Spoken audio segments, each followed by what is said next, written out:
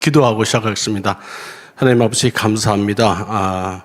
죄를 부족한 죄를 불러주셔서 주님의 자녀 삼아주시고 천성까지 죄를 친히 안고 또 보호해 주시고 지켜주심을 감사드립니다.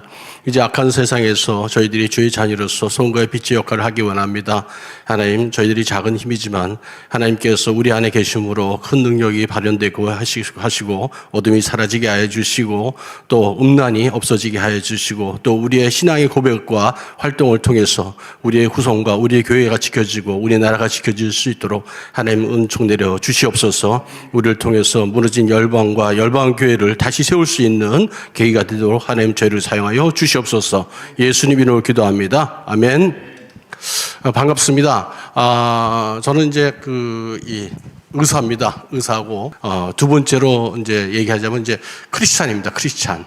세 번째로 얘기하면 이제 윤리를 공부하는 그런 사람입니다. 그래서 하나님께서 이제 또 이런 자리를 부르셔서 또 생명윤리에 관해서 이렇게 말씀을 전할 수 있는 길을 주셔서 감사합니다. 우리 PPT를 보고 먼저 시작하겠습니다. 오늘 여러분과 함께 나눌 거는 이제 두 번에 나눠서 할 텐데 먼저 일부로 세속주의 성경관과 성과 생명윤리, 그래서 잘못된 성경관이 어떻게 우리 성윤리와 생명윤리를 무너뜨리고 그걸 통해서 우리의 가정과 교회와 기독교가 공격받고 있는지 한번 살펴보고자 합니다. 먼저 이제 제가 여기까지 오게 된 저의 간단한 이제 하나님의 부르심의 소명의 순간들이 몇 번 있었습니다. 의사가 이제 윤리를 하게 되면 어떤 윤리 하겠습니까? 이제 전문직 윤리 주로 하겠죠. 근데 그게 제일 처음 하게 된 건 2008년이었었어요. 2008년에 광우병 파동이 있었거든요. 그때 이제 뭐 다들 놀랬죠. 이러다가 우리 다들 큰다겠다 그랬었는데, 통계를 나온 거 보니까 되게 그 통계가 병에 걸릴 그 확률이 되게 극히 작은 거예요. 그래서 저 정도면 안심해도 되겠네. 그래 우리가 조심하면 되겠다 하는 정도인데, 그때 제가 충격받은 일이 있었어요. 같은 동료 의사가 흰 가운 입고 이렇게 거리에 서서 강단에 서가지고 목소리를 높이면서 우리 다 죽습니다 그러더라고요. 그래서 제가 볼 적에 저건 아닌데. 의사가 저런 얘기하면 안 되는데, 특히 전문가가 저렇게 거짓말하면 안 되는데 하는 생각이 들었어요. 왜냐면 의사는 통계와 확률 이런 걸로 병을 진단하고 또 예측하고 치료를 하거든요. 그런데 지나치게 환자에게 겁을 준다든가 이런 거면 의사로서의 윤리가 맞지 않거든요. 근데 틀림없이 잘못됐다는 걸 알겠는데 제가 그걸 반박할 논리가 없었어요. 그래서 너무 갑자기 답답한 거예요. 그래서 그때부터 제가 윤리 책을 집어들기 시작했습니다. 그러니까 2008년부터 제가 공부를 시작했습니다. 가지고 열심히 이제 나름대로 공부하다 보니까 주로 이제 공부하는 게 생명윤리와 또 그다음에 그 전문직 윤리, 그러니까 프로페셔널 에틱스라고 그러죠. 저는 이제 의사들의 어떤 직업 윤리에 대해서 이제 외부에서는 좀 강의를 좀 많이 하고 있습니다. 이제 그렇게 공부를 하고 있는데 두 번째 사건이 벌어졌어요. 저희 자녀들이 이제 딸과 아들 둘이 있는데, 이 아이들이 이제 캐나다에 가서 이제 공부할 기회가 있었어요. 근데 이제 그때, 저희 이제 딸아이가 위에인데 학교에서 요만한 페이퍼 2장을 갖고 왔어요. 그래가지고 이제 부모 동의를 받으라는 거예요. 그래서 딱 보니까 이제 성교육을 할 텐데 부모가 동의를 해라는 거예요. 또 이제 내용이 이제 좀 어렵게 한글로 아니고 영어로 써 있더라고요. 그래서 이제 띄엄띄엄 읽어봤어요. 그랬더니 내용이 이거 너무 이제 충격적인 거예요. 쉽게 말하면 요새 이제 우리나라에서 이제 이루어지고 있는 포괄적 성교육이 있죠. 그 내용이 들어가 있는 거예요. 근데 그보다 좀 더 앞서간 거예요.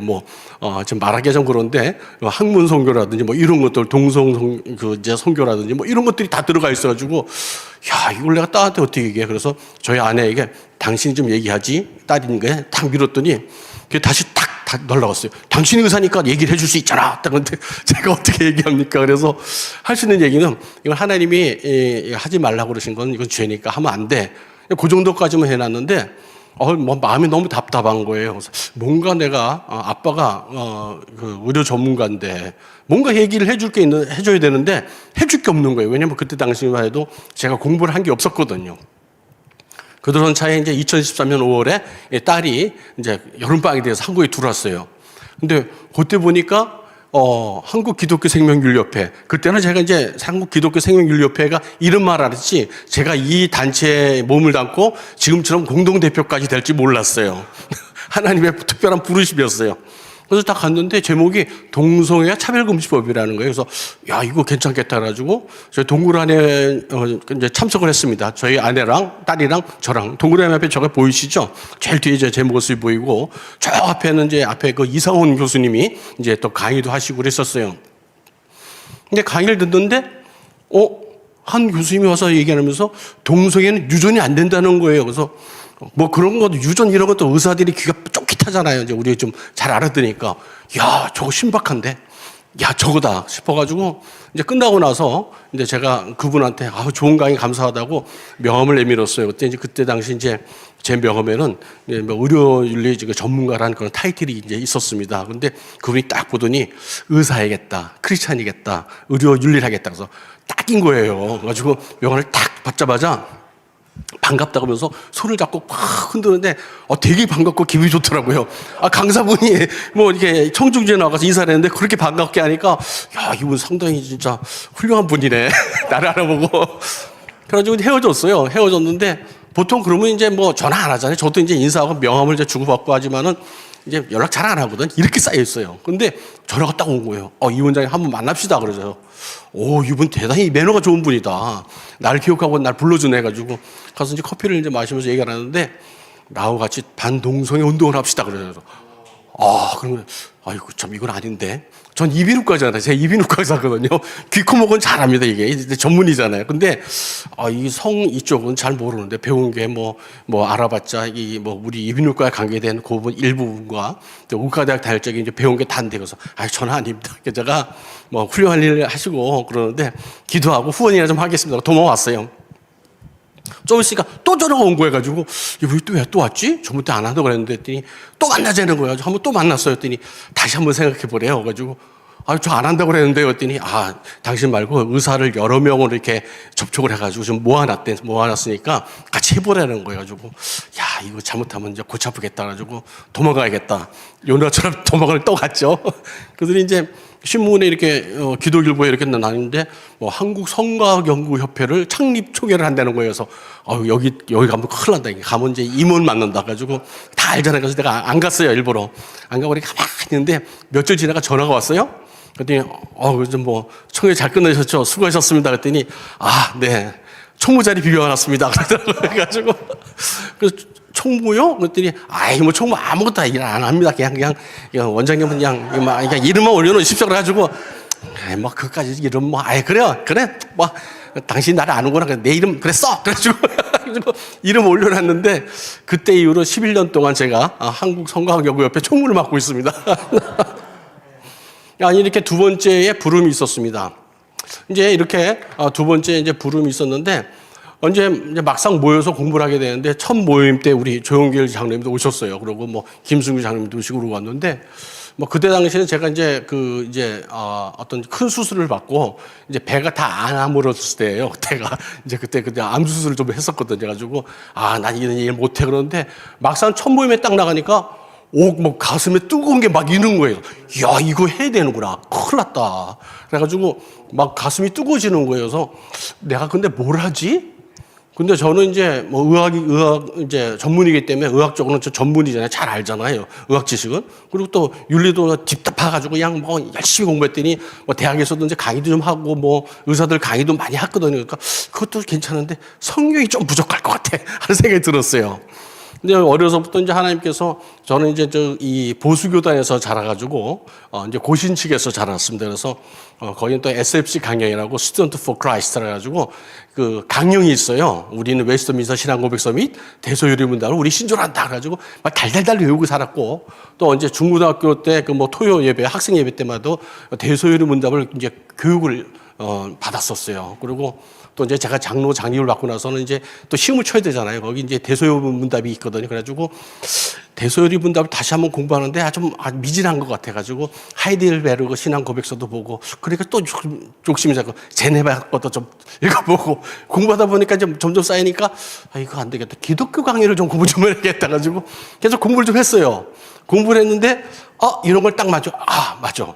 내가 이런 걸 갖다가 하려면은 이 성경적 세계관이 교리가 확실한데 해야겠다 하는 생각이 드는 거예요. 왜냐하면 제가 이제 활동을 하다 보니까 같은 이제 기독 이사들 모이면서 이렇게 보는데 저분 이상하다. 같은 크리스찬인데 저분은 이상한 예수를 믿네. 이상하네. 그래서 저하고 좀 결이 다른 걸 느끼고 튕겨나가는 느낌이 있었어요.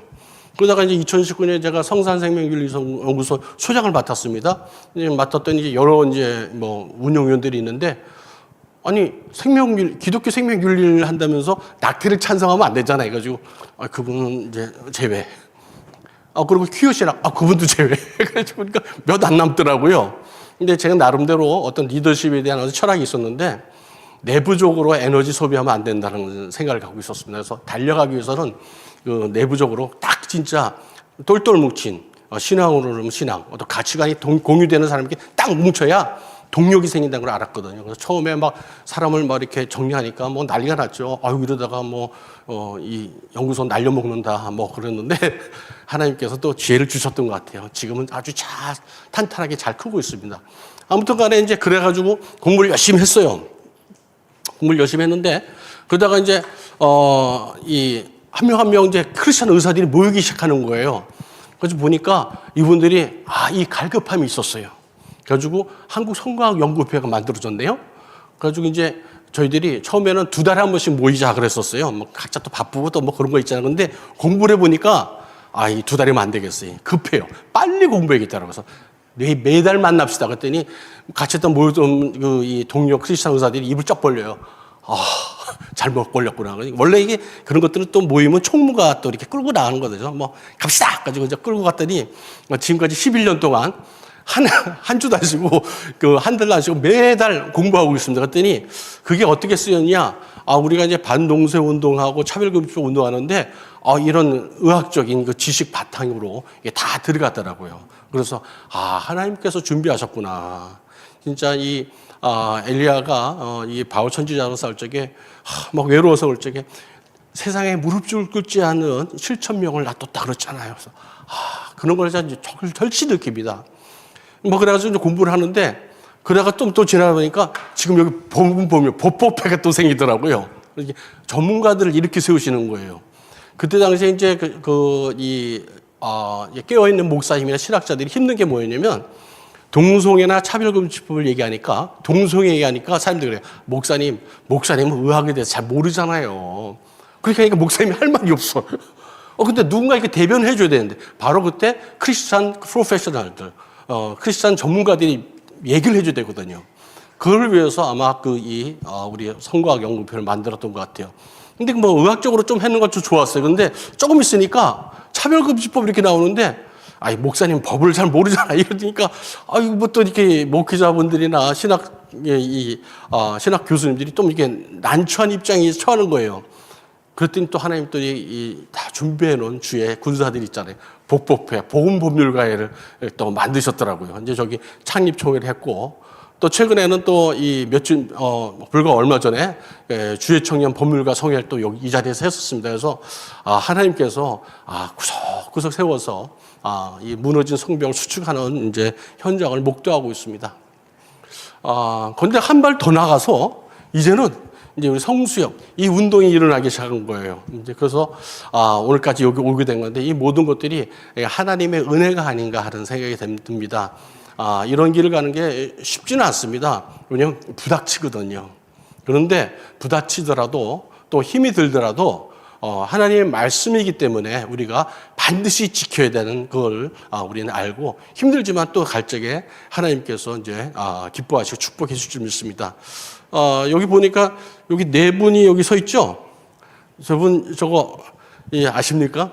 제가 궁금해서 이제 찾아봤죠. 그랬더니 이 맨 왼쪽에 파렐이시고, 거기 가면 이제 2번째 계신 분이 이제 이 칼빈 선생님이시고, 그 앞에 이제 칼빈 선생님 많이 보셨던 배자, 그리고 제일 오른쪽이 이제 존 락스예요. 그래서 이제 우리 성수협의회 그 로고에다가 이렇게 제네바에 있는 그 개혁주의 벽을 딱 해놓으셨더라고요. 그래서 여러분 보실 적에 저분들이 누구야? 그럴 적에 이제 알고 계십시오. 파렐과 칼빈과 또 베자와 또 존 락스 이제 목사님이십니다. 자, 이제 제가 이제 그 윤리를 공부하면서 공부하는 단계가 있더라고요. 처음에는 이제 윤리를 알려면 우리 스파이럴 에듀케이션이라 가지고 개념을 먼저 알아야 됩니다. 의학도 개념을 제일 먼저 배웁니다. 그러니까 개념에 대한 뭐냐면 단어의 뜻이 뭔지.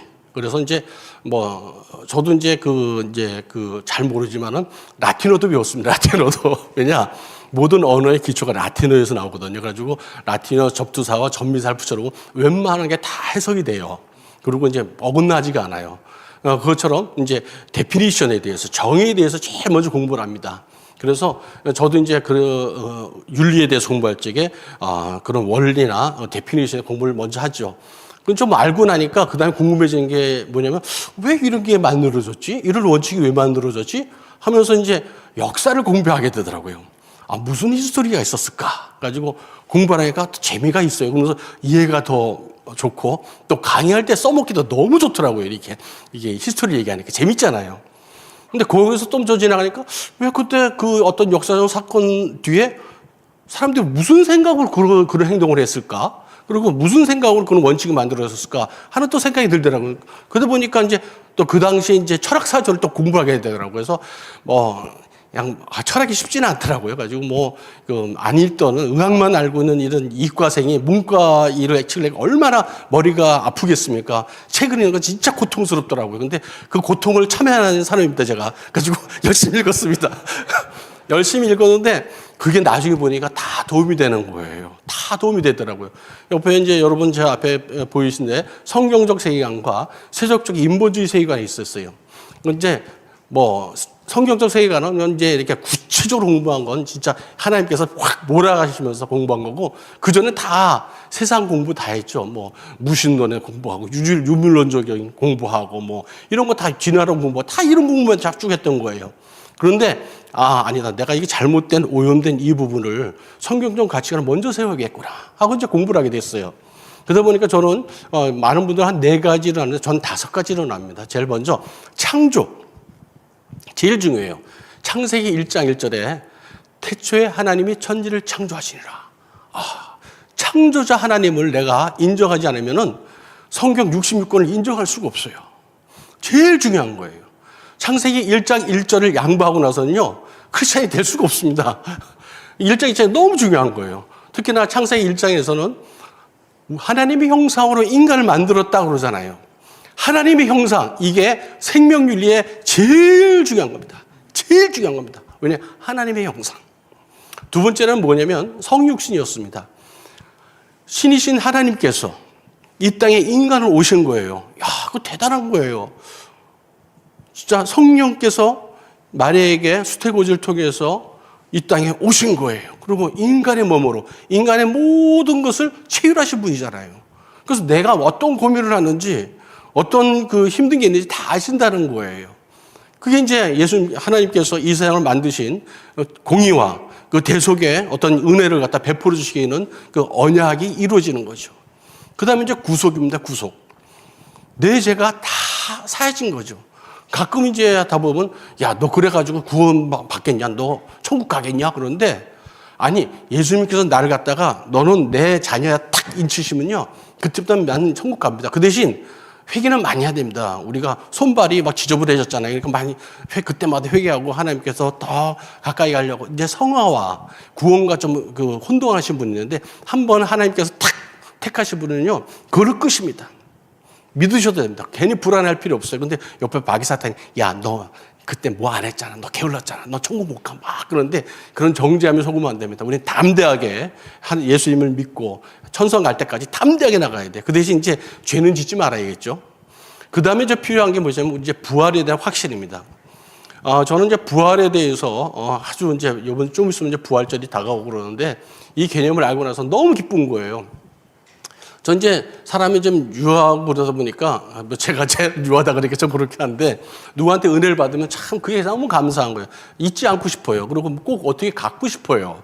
그런데 예수님께서 내 죄를 위해서 이 땅에 오셔가지고 그 고초를 당하시고 죽으셨잖아요. 그런데 나는 저분이 내 죄에서 돌아가셨는데 나만 멀쩡히 잘 살아가지고 천국에서 잘 산다? 저분은 돌아가시고 그거 생각하면 너무 미안할 것 같아요. 그래서 만약에 예수님께서 부활하지 않으셨다면은 그냥 내 자신 죽기만 하고 끝이라면 저는 그냥 같이 죽죠. 그러면서 같이 죽었을 것 같아요. 그런데 예수님께서 부활하셨어요. 그러니까 내 마음의 짐이 뚝 떨어지는 거야. 이야, 좋다. 이제 저분하고 같이 나를 위해서 날 지극히 사랑하신 저분과 같이 영원히 내가 살 수 있구나. 그 마음이 있으니까 이게 너무 기분이 좋은 거예요. 그래서 부활이 저한테 큰 의미가 있습니다. 그 다음에 이제 여러분이나 저나 이제 이렇게 하나님 부르셔서 맡은 그 각 영역에서 하나님의 이 자녀로서 소금과 빛의 역할을 하려고 노력하고 하잖아요. 그런데 이제 우리 이제 그 요한계시록 보면 이제 빌라델피아 교회에 그 교회를 두고 하나님 말씀하시잖아요. 마지막에 네가 작은 능력으로 충성인 걸 내가 안다고. 그 말이 참 저도 듣고 싶은 거예요. 명진아, 너 진짜 믿음도 진짜 짓거리 받고 없어가서 내가 맨날 너를 위해서 기도하는데 네가 작은 능력이지만 그래도 마음의 중심이 날 향하고 있어가지고 살았던 네가 참 기특하다, 수고했다. 이제 예수님이 이제 제일면서 오실 적에 저를 부르실 적에 그 칭찬 한번 받고 싶은 거예요. 여러분 우리 다 같지 않습니까? 이게 이제 성경적 세계관이에요. 이걸 먼저 갖춰 놔야 이제 싸울 이제 힘과 맷집이 좀 생깁니다. 근데 반대편 이제 이 세속적인 세계관에 뭐가 있냐? 하나님 없어. 이제 무신론이 있겠죠. 그리고 아니야, 우리 모든 게 물질로 이루어져 있어. 유물론을 받아들이면 어떻게 되는지 아십니까? 제가 윤리 공부할 필요가 없어요. 그리고 여기 법도 필요 없어요. 윤리고 법이고 나발이고 아무것도 없는 거예요. 기준이 없는데 물질과 물질의 만나다입니까? 물질과 물질을 만나서 케미래니까? 이래가지고 윤리와 도덕의 기준이 없어지는 거예요. 이게 바로 유물론입니다. 유물론이 되다 보니까 뭐가 나왔어요? 막시즘이 당연히 나오게 되겠죠. 사회주의가 나오게 되겠죠. 또 진화론이 나왔어요. 진화론 저게 이제 이렇게 이제 여러분들 아시겠지만 유물론이나 진화론 이런 이제 이런 것들을 주장하는 사람들 보면은 나중에 이제 자유주의 신학이라든지 비평 신학 보시면 알겠지만 대부분 또 그 아빠나 이렇게 이 할아버지가 목회자들이 또 많더라고요. 그래가지고 그거 좀 희한하네 하는 좀 그런 그런 걸 좀 많이 좀 보게 되었습니다. 진화론이 나왔는데 진화론이 또 진짜 얼추가 없잖아요. 진짜 거짓말이거든. 과학이 아니거든요. 이건 그냥 추론이거든요. 그런데 질환이 맞는 것처럼 계속 해가지고 이걸 온갖 데 다 갖다 붙이는 거예요. 이걸 갖다가 온갖 데 다 갖다 붙여요. 그러니까 막 혼돈이 오는 거예요. 혼돈이 오는 거예요. 그래서 저 진화를 갖다가 이제 여러 군데 무조건 진화라가 붙여가지고 하니까 우리를 헷갈리게 하는데 저걸 갖다가 우리가 성경적 가치가 딱 보면 저건 틀렸다. 그리고 하나님 주신 지식으로 딱 밝히게 진화는 틀렸다고 우리 분명히 알 수가 있잖아요. 이제 공산주의가 막시즘이 나와가지고 어떤 거냐면 하나님을 대적하냐 유물론이 나와가지고 가정, 하나님 만드신 가정, 그 귀한 가정은 노동을 착취하는 조직일 뿐이기 때문에 해체해야 된대요. 그래서 그럼 애들 누가 키워? 그러면 국가가 키우지. 그래가지고 타가서 맡기는데 이런 식으로 나갔던 거예요. 근데 이제 2차 세대 이러면서 막시즘 몰락을 하잖아요. 근데 그 사람들이 또 깨달았는데 마귀 사탄이 깨닫게 됩니다. 이게 사회 제도를 개혁해서는 세상 유토피아를 못 만들겠다. 인간을 개조하자. 그래가지고 이제 문화 막시즘, 네오 막시즘이 나오게 됩니다. 그러면서 생명윤리 이쪽에서는 또 공리주의가 나와요. 공리주의라는 것은 이제 최대 자수의 최대 행복 아니겠습니까? 그런데 이게 이제 국가 행정 같은 데 쓰이는 것은 합당합니다. 한정된 세금으로 모든 국민에게 공평하게, 공정하게 이게 나눠지고 정책이 짜지는 이때는 공리주의가 맞는 거죠. 근데 생명에 관해서는 공리주의가 있으면 안 돼요. 생명에서 공리주의를 접하게 되면은 기능이 약한 사람은 다 죽이는 거예요. 이 유생학이 바로 여기서 나오는 겁니다. 이제 거기서 더 나가자 보니까 뭐가 나오냐? 페미니즘이 나오는 거예요. 페미니즘이. 그리고 이제 더 나가지고 이제 도를 지나치고 성도 막 바꿔보자는 거예요. 아침에는 좀 이성적이니까 내가 남성 좀 하고, 저녁 때는 또 이렇게 불빛 아래에 있으면 내가 센치해지니까 여성하고, 중간에는 내가 왔다 갔다 하고, 별의별 생각을 다 하는 거예요. 이렇게 하나님을 대적하는 사고가 있습니다. 이거를 이제 우리가 먼저 성경적 세계관으로 이런 거를 내가 주의해야겠구나 하는 분별력이 생기는 겁니다. 우리가 세계관인 것은 우리가 안경 그 세상을 바라보는 우리 창이라고 그랬잖아요. 성경적 세계관을 잘 가지지 않으면은 우리가 속게 되었습니다. 거짓 선지자들. 우리 이제 요새 이단들이 많잖아요. 이단들 많은데 말씀드린 거 창조와 성육신과 구속과 부활과 재림 여기서 한 가지만 끝나면은 그 이단입니다. 이단에는 끝이 다르다서 이단이거든요. 이 대표적인 말씀 이런 게 다 나오지 않습니까? 예수님이 이 땅에 온 걸 부인하는 자들이 참 많거든요. 성육신을. 실제로 신학교에서 저렇게 가르치는 분들이 있어요. 근데 성경에 분명하게 저 사람은 누구? 적그리스도. 적그리스도라고 딱 분명하게 얘기합니다. 적그리스도라고. 뭐 분명한 거 우리 성경을 통해서 그분을 갖다 판단할 수가 있는 것이죠. 자, 그러면 이제 지금까지는 뭐 제가 여기까지 이제 오게 된 그 과정이나 이런 걸 쭉 말씀드렸는데 오늘 잘못된 이 성경관이 이 성윤리와 생명윤리에 어떻게 영향을 미치고 우리 하나님의 형상으로 만들어진 우리의 인간을 이렇게 타락시키는지 이제 한번 알아보려고 합니다. 비단 이것은 이제 우리의 생각이 행동을 낳는다고 그랬잖아요. 모든 역사를 보면요, 그 역사 뒤안길에는 우리의 철학이라는 것이 도사리고 있어요. 이 모든 철학은요, 우리 기독교 세계관을 대적하고 있습니다. 네, 여기 이제 본격적으로 이제 성이라는 것과 생명윤리에 들어가기 전에 한 말씀 드리고 싶은 게 있냐면, 제가 아까 이제 윤리를 공부하면서 철학을 공부했다고 그랬잖아요. 근데 모르는 게 너무 많은 거예요. 그래서 제가 잘 아는 이제 프랑스 파리 대학에서 이제 강의하다 오신 철학 교수를 개인적으로 이제 친합니다. 그래서 그분을 사사 삼아서 이제 커피 한 잔 사주고 이제 좀 배웠죠. 이거 뭐예요? 뭐예요? 물어보는데 그분이 저를 보고 하시는 말씀이, 원장님, 철학은요, 기독교와 딱 대칭되어 있으면 대적을 하고 있습니다. 그래서 무슨 소리지? 그랬더니 모든 철학의 흐름은 기독교의 어떤 교리를 대적하는 데 방향으로 다 흘러가고 있다는 거예요. 그래서 이 사람이 좀 보는 눈이 참 좋으네. 그래가지고 교수님 크리스찬이시거든요. 그랬더니 아닌데요? 그러더라고요. 그래서 아니 그걸 어떻게 알으셨어요? 그랬더니 철학자는 다 압니다. 철학자는 다 안 되는 거예요. 그래서 제가 철학자면 교수님은 강단에서 그 얘기를 왜 안 하세요? 했더니 그러면 저는 강단에 못 쓰지요. 그러더라고요. 모든 철학도 다 알고 있어요. 그래서 이제 제가 이제 구체적인 아는데 많은 옆으로의 도움을 좀 많이 받게 됩니다. 오늘도 우리 그 성에 대해서 우리가 개념을 잘 알고 있어야 돼요. 성의 특징이 뭡니까? 왜 소중합니까? 생명을 낳거든요. 성을 통해서 생명을 낳기 때문에 정말 소중한 거예요. 두 번째, 성은 어떻게 표현되어야 됩니까? 인격적으로 표현됩니다. 왜냐? 우리 인간 하나님의 형상으로 만들어졌거든요. 그리고 하나님의 성품은 우리 인격으로 드러나게 되어 있습니다. 하나님께서 우리를 인간을 창조하실 뿐만 아니라 또 이제 우리에게 안전한 가이드라인을 주셨어요. 내 말을 듣는 자는 재앙이야 두려움 없이 안전하게 살 거라고. 정말 감사하죠? 우리 누구처럼 이 땅에 니들 마음대로 살아봐. 원칙은 정해놨으니까 니들 마음대로 살아. 나머지 건 너희 책임이야. 이게 아니고 하나님께서 미리 다 이렇게 주신 거예요. 자, 그러면 인간의 성과 짐승의 성은 어떻게 다릅니까? 인간의 성은 하나님 형상으로 만들어졌기 때문에 인격이 있습니다. 그리고 양심이 있습니다. 양심은 하나님께서 우리에게 주신 거예요. 믿는 자라 아닌 믿는 자 다 있어요. 그래서 인간은 부끄러운 짓을 하면은 부끄러워하게 됐습니다. 양심이 있기 때문에. 또한 성행위가 좀 차이가 있어요. 짐승들은 본능적으로 발전기 있다나 이럴 때만 성행위를 합니다. 하지만 인간은 인격적이고 도덕적인 수준의 성행위를 할 수 있습니다. 그 대신 하나님께서 우리에게 어떤 금기사항을 주셨어요. 성윤리라고 그러죠. 우리한테는 성윤리가 있습니다. 근데 짐승의 성윤리가 없어요. 그냥 힘센 놈이 최고예요. 우리는 그래서 가정을 인격 공동체라고 그래요. 짐승들은 번식 집단이라고 그러죠. 짐승들은 무리를 이루고 살지만 우리는 일부 일처제의 가정을 이루고 삽니다. 그리고 하나님께서 부부간의 정절을 지키도록 해주셨어요. 대신 짐승들은 본능에 따라서 이제 살아가죠. 그게 바로 인간과 짐승의 차이입니다.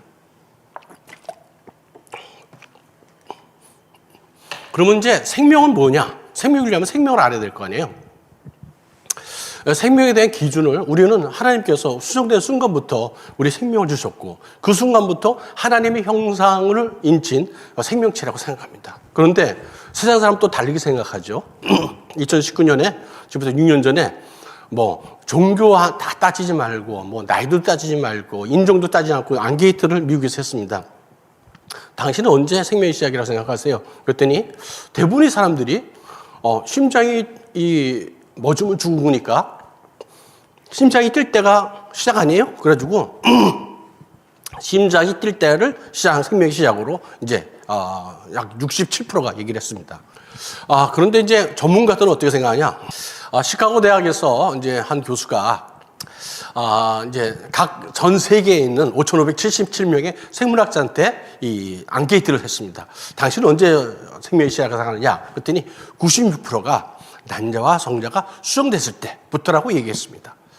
세상 사람들도 다 그렇게 인정 안 하는데, 이거를 잘못 인정하게 되면 뭐 임신 몇 주에서부터는 이제 낙태부터까지는 낙태를 허용하자, 이런 얘기가 나오는 거예요. 우리는 수정된 그 순간부터 하나님께서 우리 생명으로 주신 거라고 알고 있습니다. 성윤리는 성관계를 맺어야 때 필요한 게 성윤리잖아요. 그걸 하나님께서 주신 4가지 질서가 있습니다. 첫 번째는 결혼은 한 남자와 한 여자가 해야 된다. 그리고 모든 성관계는 결혼한 부부 사이에만 해야 된다. 또 세 번째, 성관계는 남자와 여자 사이에만 해야 된다. 또 자녀의 생사는 아내와 남편의 성관계를 통해서 이루어진다. 이 4가지 기준을 주셨어요. 첫 번째, 하나님께서 왜 한 남자와 한 여자 사이에 자녀를 생산하게 했느냐? 경건한 자손을 만들기 위해서입니다. 아빠가 2명, 엄마가 2명 이러면 경건한 자손이 나올 수가 없습니다. 아빠가 3명 뭐 역시 마찬가지겠죠. 하나님께서는 경건한 자손을 만들기 위해서 일부 일처제의 가정을 만들어 주셨습니다. 두 번째, 모든 성관계는 결혼한 부부에서만 하도록 하셨습니다. 하나님께서는 십계명으로 딱 써주셔서 간음하지 말라. 그러면 나는 진짜 어떤 그 욕망을 주체할 수 없는데 어떻게 하냐? 그러면 결혼해라. 결혼해라. 너가 그걸 갖다가 참을 수 있다면은 안 해도 좋다. 하지만은 참을 수 없다면은 빨리 결혼해라. 그래서 우리 크리스찬 우리 청춘 남녀들은 연애를 오래 하면 안 됩니다. 잘못하면 범죄할 수 있기 때문에 기도 많이 하시고 될 수 있는 대로 연애 기간을 짧게 하는 게 좋습니다. 세 번째, 성관계는 남자와 여자 사이에 이루어지게 돼 있다. 근데 남자와 여자가 인간이 뭡니까? 하나님의 형상으로 만든 인격체입니다. 이 성관계는 육체적인 결합뿐만 아니라 인격적인 만남이 이루어지는 겁니다. 그렇기 때문에 인간과 인간의 만남만이 이 성관계를 할 수 있는 거예요. 하나님께서 그러시잖아요. 그러니까 남자와 여자 사이만 하라고 그러는데 남자와 남자까지 하지 말라고 분명히 말씀하시거든요. 또 짐승과도 하지 말라고 그랬어요. 최근에는 성경에 나오지 않지만 뭐 섹스도는 어때요? 역시 마찬가지예요. 그거는요. 인격과 인격이 만남하기 때문에 성경적이지 않습니다. 그건. 네 번째, 자녀 생각은 남편과 아내 사이 성관계를 통해서만 이루어져라. 이렇게 했어요. 그러나 남편과 아내가 되는데 요새 이제 보조생 색출이 게 나오죠? 그러면 이제 정자은행, 난자은행에서 갖고 왔다 그래요. 그럼 당신 남편 누구예요? 그러면 정자은행이요. 이럴 수는 없잖아요. 그죠? 하나님의 원칙에서 맞지 않는 겁니다. 그와 함께 우리가 기독교적 생명윤리의 기준이 있습니다. 제일 먼저 우리 생명에 관해서 낙태와 살인을 하지 말아야 된다. 이것은 뭐냐? 우리의 몸은요 하나님의 형상으로 만들어졌기 때문에 이 생명이 소중한 겁니다. 그렇기 때문에 살인해서는 안 되는 겁니다. 두 번째, 우리가 자살이나 안락사나 장기 매매를 왜 하지 말아야 되느냐? 우리 몸은요 우리 게 아닙니다. 하나님께서 피값 주고 사셨거든요. 하나님 거예요. 그리고 하나님께서 또 모를까 봐 이렇게 구약시대 이미 얘기했어. 너는 내 것이다. 네 게 아니고 내 것이다. 근데 남의 걸 함부로 팔거나 죽이면 되겠습니까? 그래서 자살이나 안락사나 장기 매매는 우리가 성경지지 않습니다. 또 하나, 우리 성경에 뭐 구체적으로 안 나왔으니까 이런 것들은 어떠냐? 그러죠. 담배나 술이나 마약이나 음란물 같은 거. 이런 걸 해서는 안 됩니다. 왜냐하면 하나님의 거하시는 전이거든요. 우린 교회 지체예요. 잘 보살피라고 말씀하셨거든요. 그래서 우리가 몸을 깨끗하게 잘 건강하게 유지해야 됩니다. 왜 가정이 중요하냐? 왜 동성 결혼 안 되고 혼외 출산이나 대리모나 또 이 비혼 출산 같은 이런 게 안 되냐? 하나님께서 처음에 가정을 주셨을 적에 아담이 독초하는 게 외로워 보였거든요. 그래서 너 너무 외로우니까 네가 짝을 이뤄서 가정을 이뤄라. 그때 아담이 남자잖아요. 남자를 주지 않으셨어요. 여러분. 누굴 줬습니까? 하와를 주셨어요. 하나님께서 가정을 남자와 여자, 아담과 하와를 통해서 이 가정을 만드신 겁니다. 그 가정을 통해서 생육하고 번성하라고 그랬잖아요. 근데 어떻게 동성 결혼을 할 수가 있겠습니까? 그래서는 안 되겠죠. 그 다음에 이웃사랑의 실천을 해서 우리가 헌혈이라든지 장기 기증하는 거 어떠냐? 이런 건 이제 우리 기독교적으로서는 이건 허용을 합니다. 헌혈이나 장기 기증하는 것은. 왜냐? 내 이웃을 내 몸과 같이 사랑하라고 그랬잖아요. 우리가 할 수만 있다면 우리의 헌혈도 하시고 또 이웃을 위해서 여러분의 장기를 또 이렇게 나눠줄 수 있으면 나눠주는 것은 하나님께서 기뻐하시는 일입니다. 마지막으로 이제 그 현대 그 과학이 발달하다 보니까 여러 가지 이제 안 좋은 것들이 많아요. 실제적으로 이제 대리모 같은 경우는 우리 이 생식 이 기술이 발달함으로 해가지고 시험관 낙인하고 대리모가 됐거든요. 또 마취 기술이 개발되다 보니까 그걸 통해서 안락사를 하자고 이렇게 덤비고 있어요. 근데 요새는 DNA를 조작을 함으로 해가지고 이제 뭐 형광돼지 뭐 이런 것들 많이 만들어요. 그런데 하나님께서는 분명히 말씀하십니다. 각 종류대로 하나님이 창조하셨습니다. 근데 그걸 지나치는 것은 우리가 하나님의 그 창조 질서를 그리고 그걸 우리가 경계를 벗어나는 일이기 때문에 해서는 안 됩니다.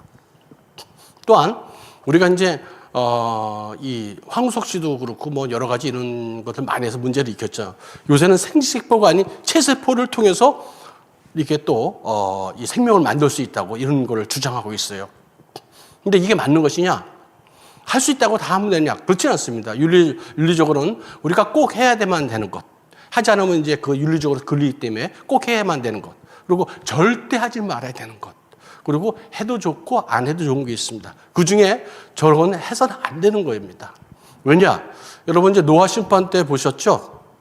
그때 이제 각 짐승들을, 동물들을 이제 오라고 그럽니다. 근데 하나님께서 이제 정결한 이 짐승들은 7상, 또 이제 정결하지 않은 이제 두씩 이제 불러드렸는데, 그때 암수로 불러드렸어요. 암수를. 쓴 놈만 부른 것도 아니고, 암놈만 부른 것도 아니에요. 얘네들이 이제 심판이 끝나가서 생육하고 번성하기 위해서는 암수가 필요했거든요. 이 체세포 이거는 하나님의 이 창조 질서에 어긋난다는구나. 이런 걸 우리 간접적으로 알 수 있습니다. 이런 입장에서 생명윤리에 대한 기독교적 입장이 이렇게 쭉 정리가 됩니다. 이런 원칙이 없으면은 이제 말빨 센 사람이 최고죠. 그리고 말 잘하는 사람 참 많잖아요. 들어보면 그럴듯한데 집에서 생각하면 이제 거짓말이란 말이죠. 근데 우리 항상 토론이나 할 때 전제가 중요하잖아요. 그건 이제 우리 기준을 잘 알고 보면 이런 것들이 보입니다. 낙태를 왜 우리가 어떻게 바라봐야 되는지. 그리고 피임 방법도 마찬가지입니다. 이게 우리가 크리스찬으로서 택할 수 있는 방법이 있고 택해서는 안 되는 방법이 있거든요. 그 기준은 우리 수정란이 죽이느냐 안 죽이느냐 그런 차이 있습니다. 그 외에 비혼 출산이라든지 대미모라든지 장기이식이라든지 동성애, 안락사, 자살, 시험관의 아기까지 모든 기준들이 이런 기준을 보면 성경적으로 명확하게 우리가 분간이 됩니다.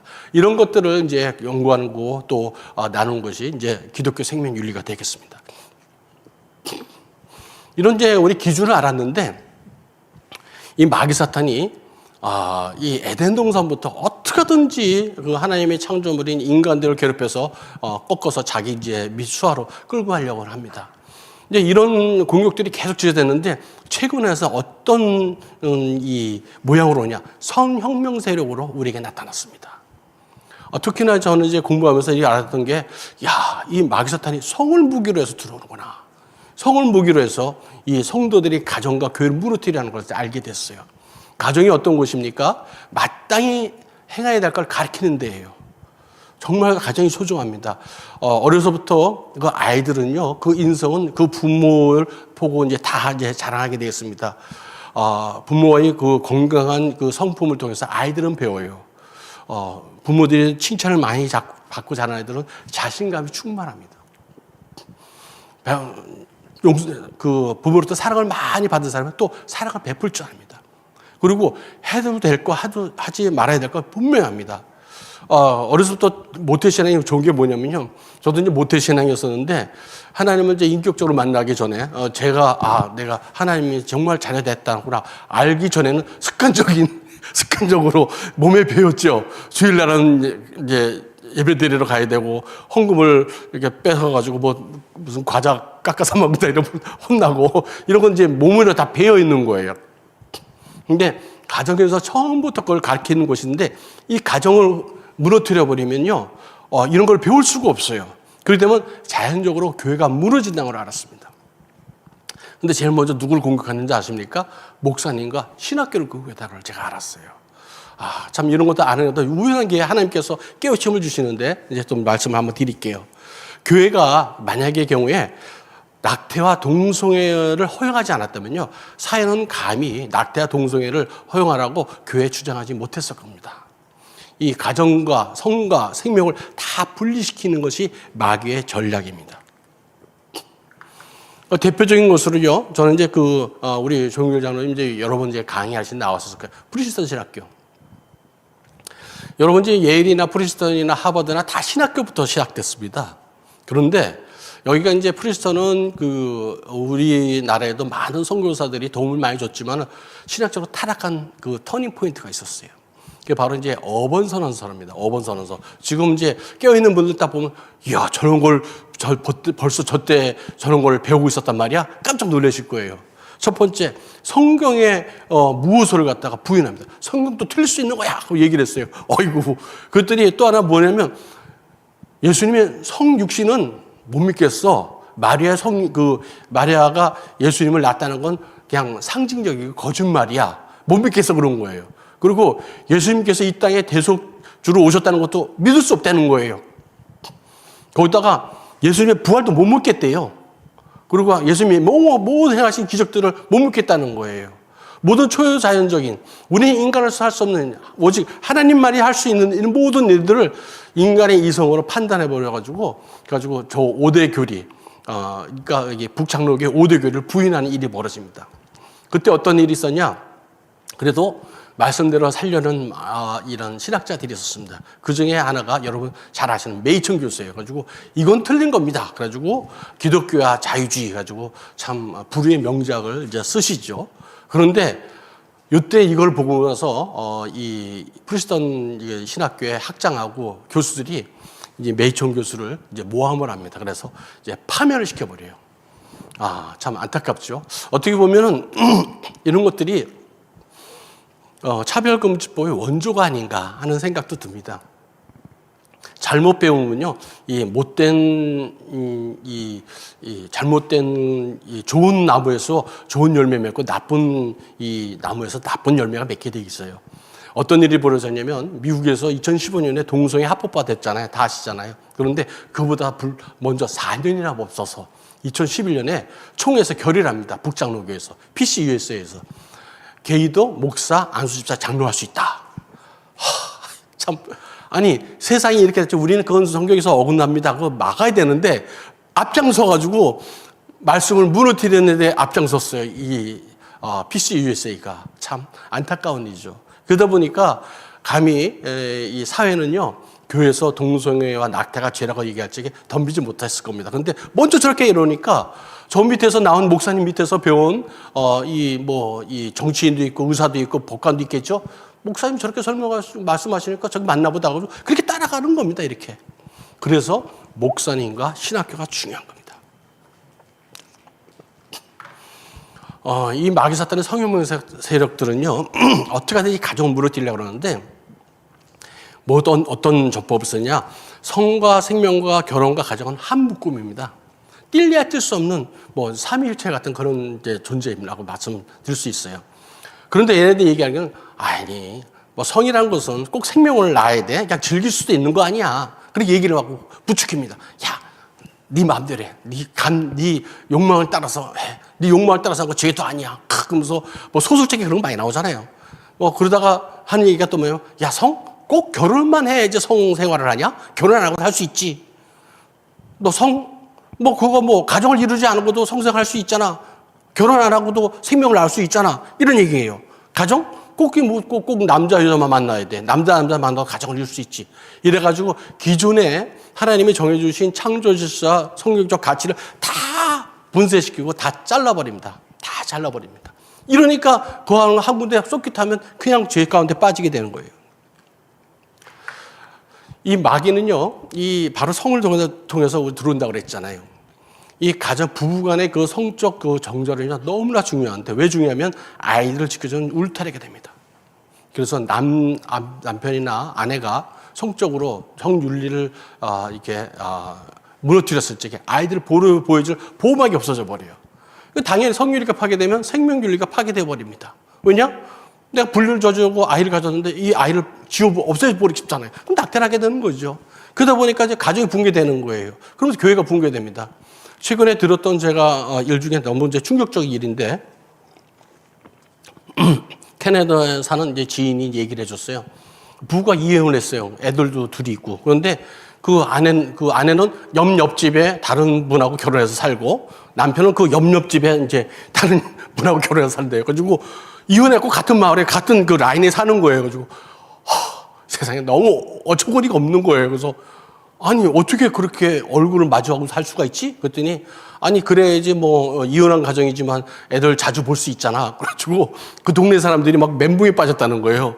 뭐냐면 얘기를 하다 보면 얘가 이 집에 이 아빠의 애인지 저 집 아빠의 애인지 얘기하다 보면 걔 그러면 헷갈린다는 거예요. 이 가정이 무너지다 보니까 교회가 당연히 무너지게 돼 있죠. 여러분 이제 캐나다 북장을 위해서 우리나라에 많은 선교사를 파송했습니다. 근데 이제는 우리 캐나다를 살려줘야 돼요. 아직까지도 캐나다에서 이제 많은 그런 신실하신 분들 가끔 이제 아는데 그분들은 이 동성애를 합법화된 캐나다를 되살리기 위해서 말씀으로 되기 위해서 아주 눈물로 기도하는 게 아직도 꽤 많이 있습니다. 그래서 우리 성수협의 이런 그 활동들이 너무 중요한 거예요. 이 신학이라는 거를 제가 이제 생명윤리를 공부하면서 제일 먼저 접하게 된 이런 그 재밌는 게 뭐냐면 제가 제 매제가 침례교 침례교 목사님이세요. 그래서 제가 이런 활동하다니까 저한테 이렇게 귀뜸을 딱 해주는 거예요.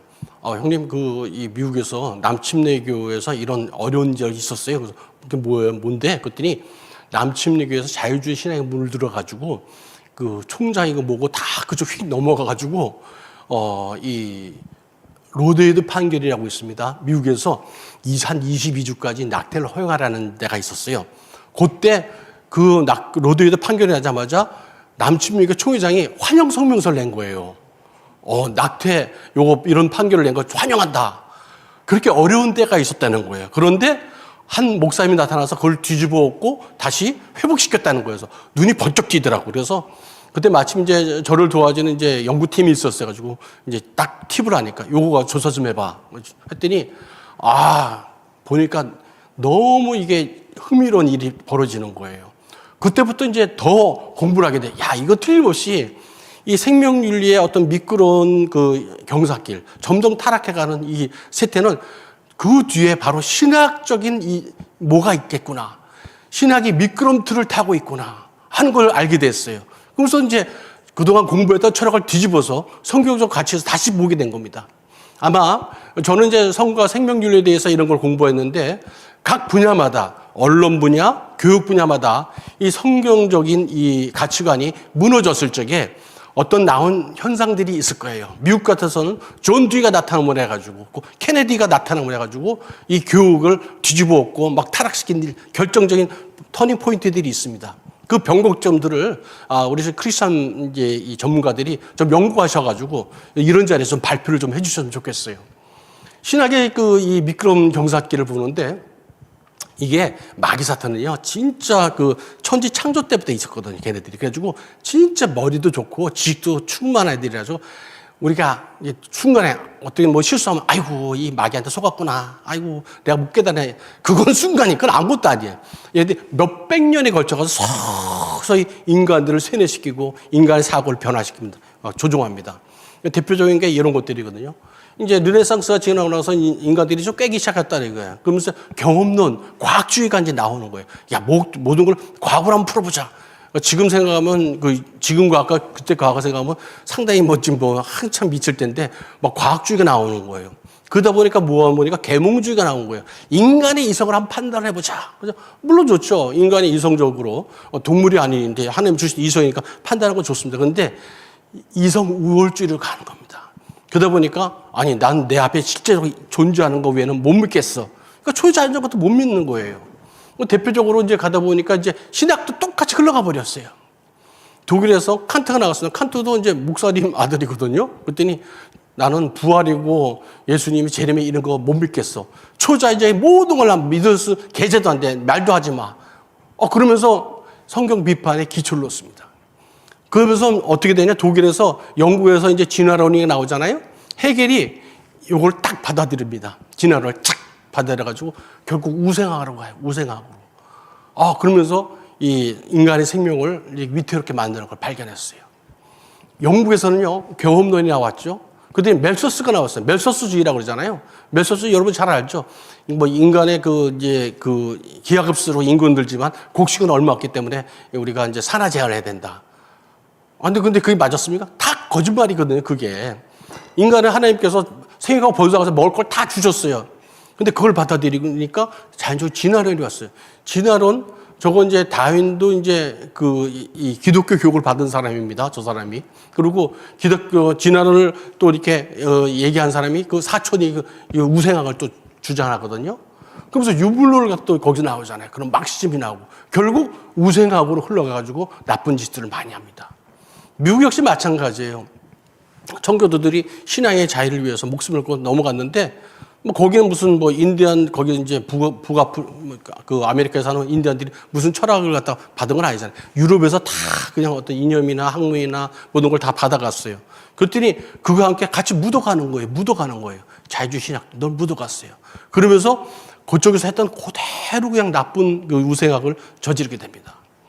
결국 이제 자유주의 신학이라는 것이 이제 대표적으로 있는데 이 자유주의 신학의 대표적인 게 뭐냐? 성경을 성경대로 믿지를 않아요. 성경의 완전 무효성을 부인합니다. 두 번째로는 이제 유신진화를 중요합니다. 여러분 유신진화는 요새 뭐 이렇게 말씀하시는 분 많잖아요. 근데 저는 그분들의 주장을 너무 아주 간단하게 봐더라도 이해가 안 가요. 여러분 이제 우리 신앙 고백을 하시잖아요. 예배 드릴 적에 뭐 하시는 데도 있고 안 하시는 데도 뭐 교회마다 있을 수는 있지만은 전능하사 천지를 만드신 하나님 아버지를 내가 믿는다고 그러잖아요. 근데 그거 안 믿고 어떻게 그런 고백을 할 수 있겠어요? 그분들은 세포 하나를 만들어 놓고 얘가 이제 진화해서 사람도 되고 모두 되고 이렇게 얘기했다는 거예요. 그래서 저는 생각하기에 이렇게 한번 생각을 해봤어요. 하나님이 이 아메바 같은 단세포를 만들어 놓고 하나님 형상을 거기다 만들어 놨다고 생각하실까? 그좀 뭐가 안 맞은 것 같아요. 에덴 동산에 이제 아메바 단세포를 만들어 놓고 야, 너 저기 가가지고 이 동산 중앙에 있는 선악과를 따먹지 마. 그런 얘기도 안 하셨을 것 같아요. 그리고 그 단세포가 무엇을 큰 죄를 졌다고 예수님께서 이 땅에 선육신해 가지고 고초를 당하시고 십자가에 돌아가십니까? 뭐 앞뒤가 안 맞잖아요, 그 사람들은. 그러니까 그분들은 그걸 억지로 만들려니까 다 상징이다. 이런 식으로 해석을 하게 되는 겁니다. 요새는 이제 퀴어 신학까지 나오죠. 이제 이런 것들은 이제 우리가 아는데, 야, 이게 성경 비판 너무 어려운데? 그냥 쉽게 그냥 답 알려드릴게요. 이제 이 성도들이 딱 한 10가지 보고 딱 맞으면 저건 아니다 하고 딱 버리시면 됩니다. 첫 번째, 성경의 권위를 부인하는 성경에 틀린 것도 있다고 얘기하잖아요. 그러면 그건 가까이 하지 마세요. 두 번째로 창조를 부인하잖아요. 뭐 유신진화론이라든지 진화를 갖다가 이건 또 멀리 하세요. 하나님이 이 땅에 인간의 몸으로 왔다는 성육신을 부인하면서 더 멀리 하십시오. 예수님이 내 죄를 사해줬다? 그것도 부인하세요. 부인하셔야 됩니다. 오직 예수님 외에는 내가 구원을 얻을 수 없습니다. 유일한 길입니다. 그렇기 때문에 종교다운지를 얘기하시는 분 있으면 빨리 집에 가라고 그러세요. 제가 이제 어느 교회에 가가지고 뭐 안수집사 이 안수식을 하는데 봤는데 그때 이제 나온 계신 이제 목사님이 이런 얘기를 하더라고요. 요번에 부활절에 그 근처에 마무게 사찰에서 축부활해가지고 화환을 보내 오셨습니다. 그래서 우리도 우리 뭐랍니까 그 초파일에 이걸 같이 축하한다고 보내기로 했습니다. 가지고 머리가 쥐어들어가지고 이게 뭐지? 그랬더니 이게 바로 이제 종교다운 이제 물든 목사님이 그런 얘기를 하시는 거예요. 부활을 부인하는 사람도 우리는 이제 경계해야 됩니다. 특히나 천국과 지옥 여기서 강조 많이 됐잖아요. 천국과 지옥. 당신 나보고 저보고 다른 사람들이 이명준 당신은 왜 예수 믿습니까? 나 천국 가려고. 너무 명확한 거예요. 너무 명확한 거. 왜 가려고? 하나님 옆에서 이게 진짜 기쁨을 누리려고. 여러분들 이 철로 역정의 크리스찬 주인공이 나오잖아요. 그때 당신은 왜 천국에 가고 싶습니까? 했더니 성령님과 성성에서 성령님과 그 아름다운 세상에서 성령님을 찬송하고 하나님을 찬송하고 살고 싶습니다. 그 고백이거든요. 근데 그거 없으면 뭐 천국과 지옥 없으면 마음대로 살아도 되거든요. 그 여기 얘기하면 좀 우리가 조심해야 됩니다. 또 하나, 하나님의 형상으로 만들어진 낙태를 허용해도 된다 하고 이제 물러서는 사람 역시 멀리하십시오. 동성애를 허용해야 된다. 역시 멀리하셔도 됩니다. 거짓 선지자입니다. 그분들은. 그런 데서 있다면 말씀하시고 성경에 틀렸다고 단호하게 말씀하시고 물러나십시오. 또 하나, 하나님께서 모든 사람과 할 수 있도록 화목하라고 그랬어요. 그런데 단서가 있어요. 소금의 맛을 잃지 않고 화목하라고 그랬어요. 은혜로 하지 뭐, 은혜로 하지 뭐. 은혜라 뭘 은혜하면 그거 다 죄 짓는 거예요. 그렇게 은혜하면 안 돼요. 하나님이 소금의 맛을 잃지 않고 화목하라고 했어요. 그랬더니 어떤 사람이 그러죠. 그러면 화목할 수 있냐? 기도하면 되거든요. 제일 무서운 사람이 어떤 사람인지 아세요? 부드럽고 조곤조곤 얘기하면서 할 말 다 하는 사람들. 진짜 무서운 사람이에요. 앞에서 피 때리고 막 그래 당신 뭐야 뭐 이거 하나도 안 무서워. 지가 무서워서 그런 거예요. 원래 싸나운 개가 겁을 많이 먹는다 그러잖아요. 조곤조곤 얘기하고 부드럽고 그런데 들어보니까 그럴듯해. 이런 사람이 참 무서운 사람이에요. 이런 우리는 표현을 하더라도 사랑을 담아서 우리가 분명한 뜻을 담아서 얘기하되 부드럽고 온화하게 해서 감화시켜야 됩니다. 또 하나 이제 조심할 점이 사람을 두려워하고요. 사람을 두려워하지 않는 사람이 있어요. 가끔 보면 이제 우리 지도자 중에서 신분이 날 것 같은데 여러분 그러면 지난번에 한 말인데 취소 뭐 이런 분들 가끔 있어요. 이런 분도 우리 좀 조심하면 되게 좋겠습니다. 신학의 미끄러운 길을 갖다가 처음에 알게 된 거는 바로 생명유일의 미끄러운 경사길을 이제 제가 보고 나서부터 알게 된 겁니다. 제일 먼저 어떤 게 나왔냐? 피임을 풀어놨어요. 이제 이 의학이 발달하면서 이제 피임 기술도 발달했습니다.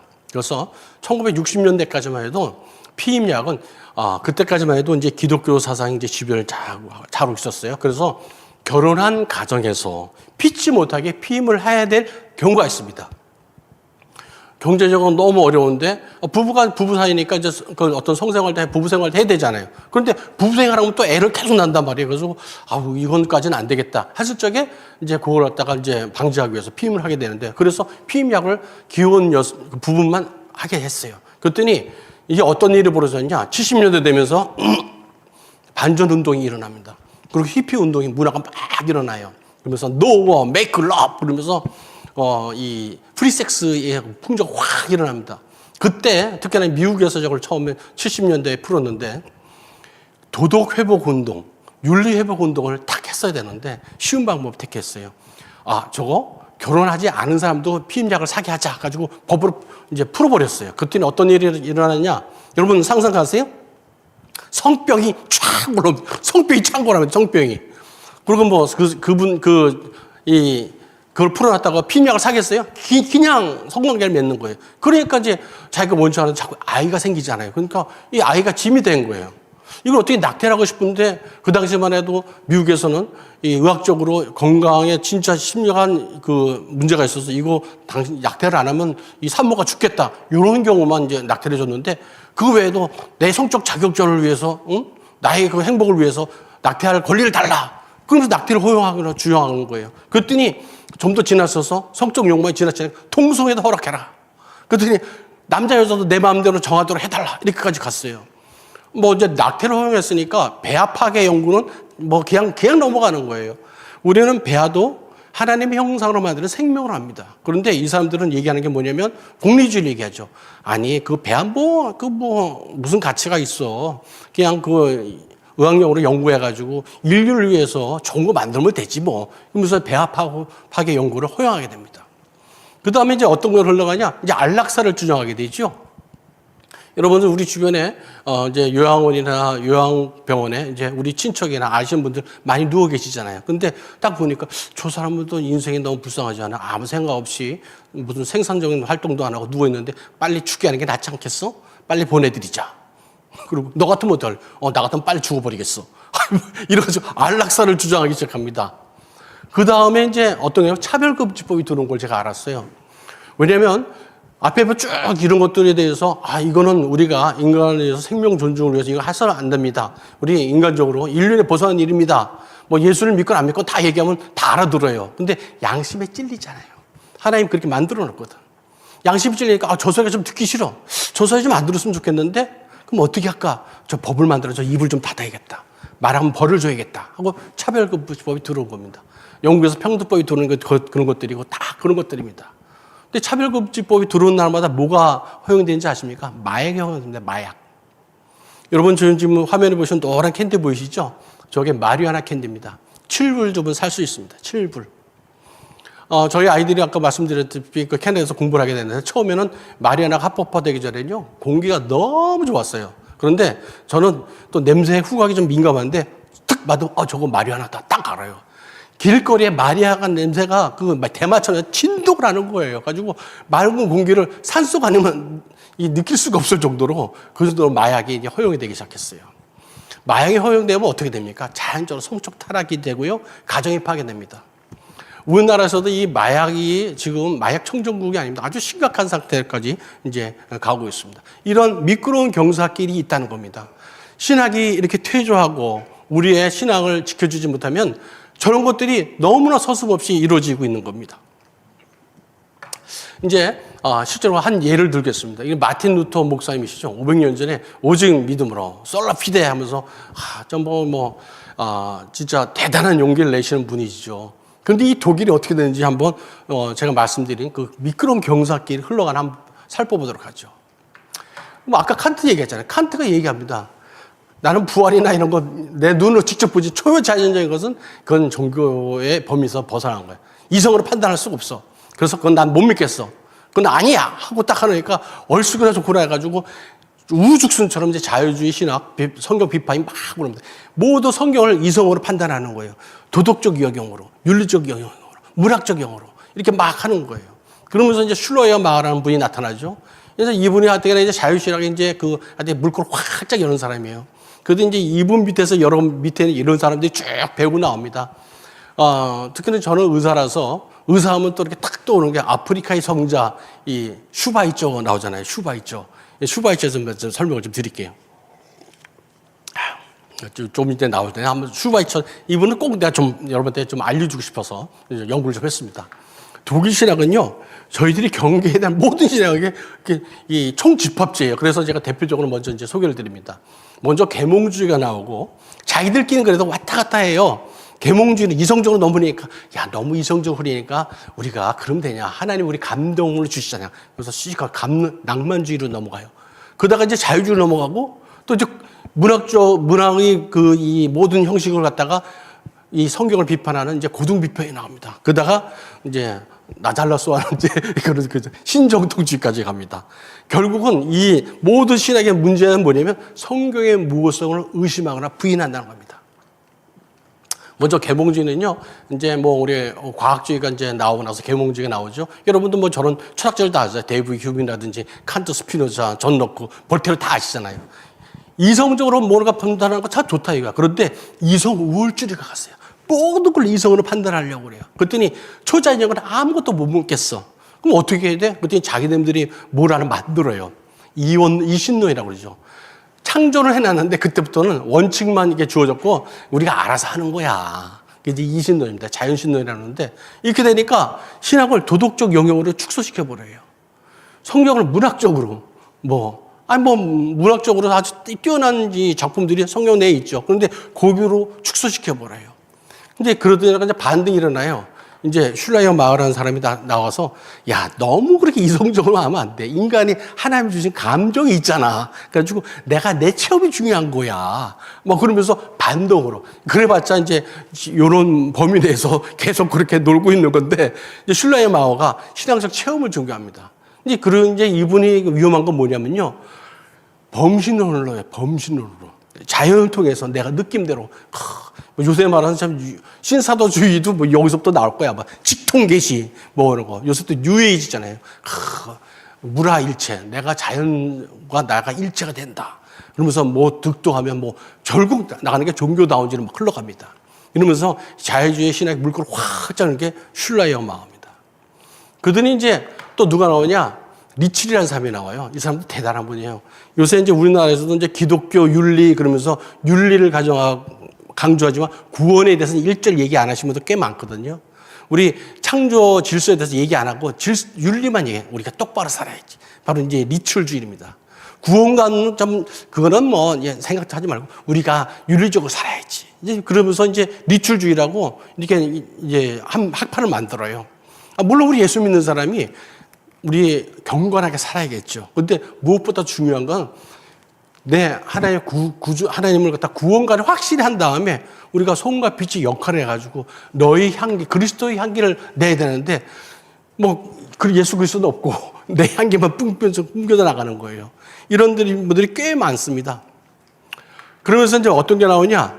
이제 우리가 문학을 이제 배울 때 우리 이제 여러분들 다 고등학교 졸업했자 그랬잖아요. 이거는 이제 시조 같은 거는 뭐 어떻게 뭐 있고 전승기절이 어떻게 되고 무슨 박자고 뭐 이런 거 쭉 하잖아요. 그거를 갖다가 거기까지만 되는데 요걸 성경에다 이제 접목을 시켜본 거예요. 그래가지고 나온 게 이제 보니까 자기 마음대로 이제 해석을 하겠다는 거죠. 이제 대표적인 문서 비평. 모세오경은 저자가 틀려. 뭐 그러면서 이제 주장하기 시작했어요.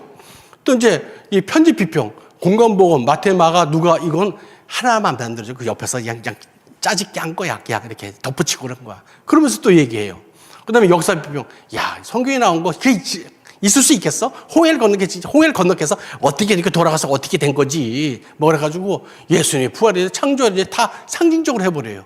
이런 이제 이 고등 비평이 죄를 이제 짓게 됩니다. 이러니까 그 밑에서 배운 교인들이 어떤 생각을 하겠습니까?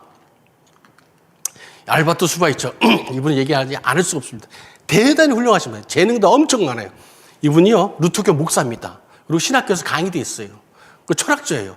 생명경외사상을 딱 만들었어요. 지금도 생명경외 클럽들이 전 세계에 퍼져 있어요. 그리고 의사지요. 그리고 아프리카 가서 의료 선교도 했어요.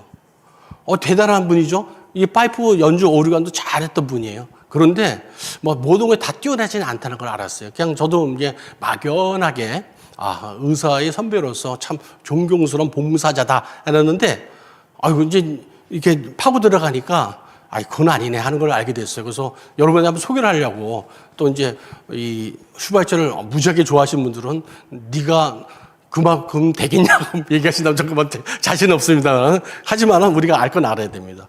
의학적 수준은요, 1905년에 이분이 의과대에 갔는데 그때 수준이 이렇게 높지는 않았을 겁니다. 그래서 아프리카에 가서 봉사를 했지만 약도 별로 없었을 것이다.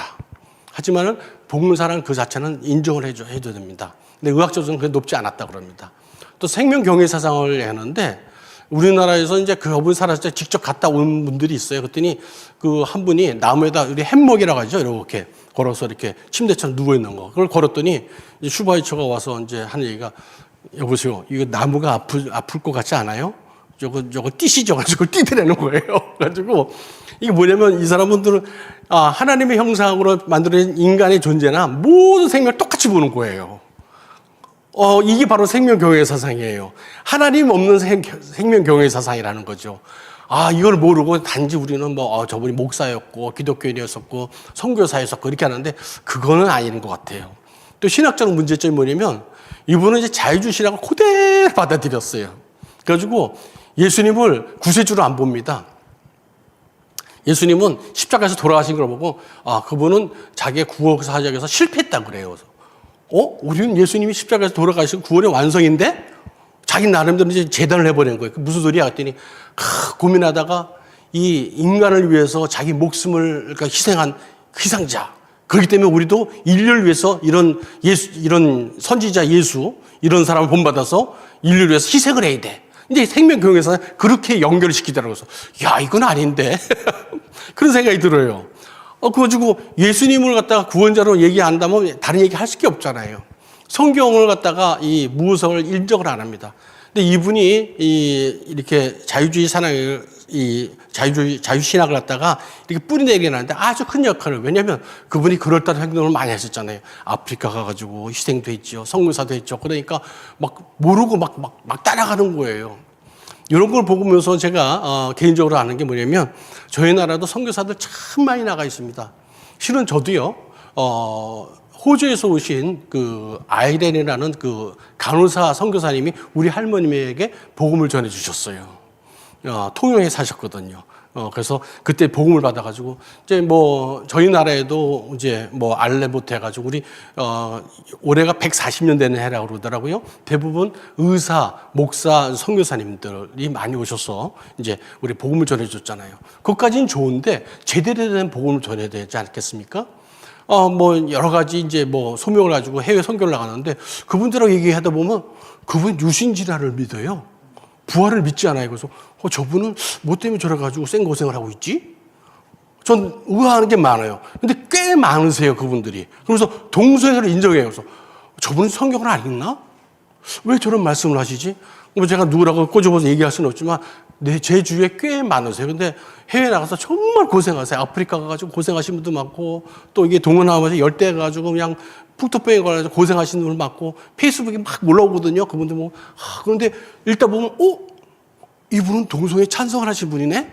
너무 안타깝잖아요. 그럼 가서 뭘 하는 거예요? 뭘 하는 거지? 그건 자기 만족 내지는 그냥 봉사하러 가는 거지 선교사라고 말씀드릴 수는 없을 것 같아요. 저는. 뭐 저거 알버트 수바이처를 보면서 그런 생각이 들었습니다. 그분들을 좀 뭐 폄하하거나 그건 아닙니다. 그런데 기왕에 갈 거면 소금의 맛을 잃지 않고 봉사하시면 좋겠어요. 독일 신학의 최정점은 바로 이제 이 칼바르트입니다.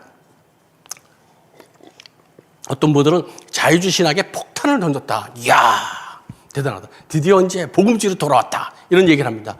그런데 이분들이 이렇게 파고 들어가니까요. 아니다. 이분 자유주의 신학에 놀이터를 만드신 분이구나. 저는 저 밑에 한 줄 써 있죠. 저는 놀이터를 만드신 분에 한 표를 던지겠습니다. 왜냐? 이거 쭉 이분들이 쭉 했던 거 보니까 이분이 너무 위험한 얘기를 하는 거예요. 이분이 이제 한 얘기는 뭐 그럴듯한 말이 많아요. 한소원 성경을 한소원 신문을 가지고 우리가 사회에 나가서 뭘 합시다. 또 이분이 또 이제 이게 더 탄력을 받았다 그럴까요? 요새는 텐전을 받았다고 얘기하더라고. 2차 세계대전 때 이제 히틀러의 나치에 대항을 했거든요. 그러니까 또 이제 이 사람이 이렇게 축겨 보이는데, 근데 이렇게 살펴보면요, 상당히 위험한 분이에요, 이분이. 이분은 이제 우리 그 일반 계시와 틀법 계시라고 표현을 하잖아요. 모두 하나를 온 천지 만물을 보고 하나님이 살아 계시는 걸 알고 나의 존재만 보더라도 하나님 살아 계시는 걸 알게. 이건 일반 계시고 성경을 보면 이제 특별 계시를 하잖아요. 근데 이분은 오직 성경으로만 하나님을 알 수 있다는 거예요.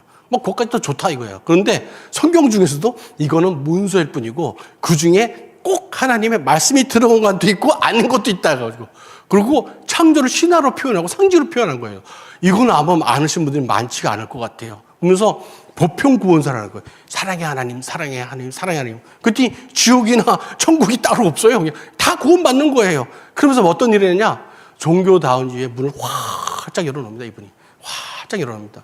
그러면서 해가지고 물론 이제 이분이 나름대로 참 어떤 능력이 특출한 분이에요. 뭐 해석하고 그런 거 특출한 분이에요. 그런데 여기에 빠져들게 되면 성경을 이렇게 멀리하게 돼 있어요. 이상한 눈을 보게 돼 있어요. 바로 성경적 올바른 성경관을 가지고 성경을 못 읽도록 만드는 분입니다. 아주 이렇게 해서 이분은 저는 이제 그 자유주의 신학에 대항했던 분은 아니고 조금 이렇게 하려고 하지만 흉만 내고 되려 놀이터를 만드는 게 아닌가 하는 이제 생각이 듭니다.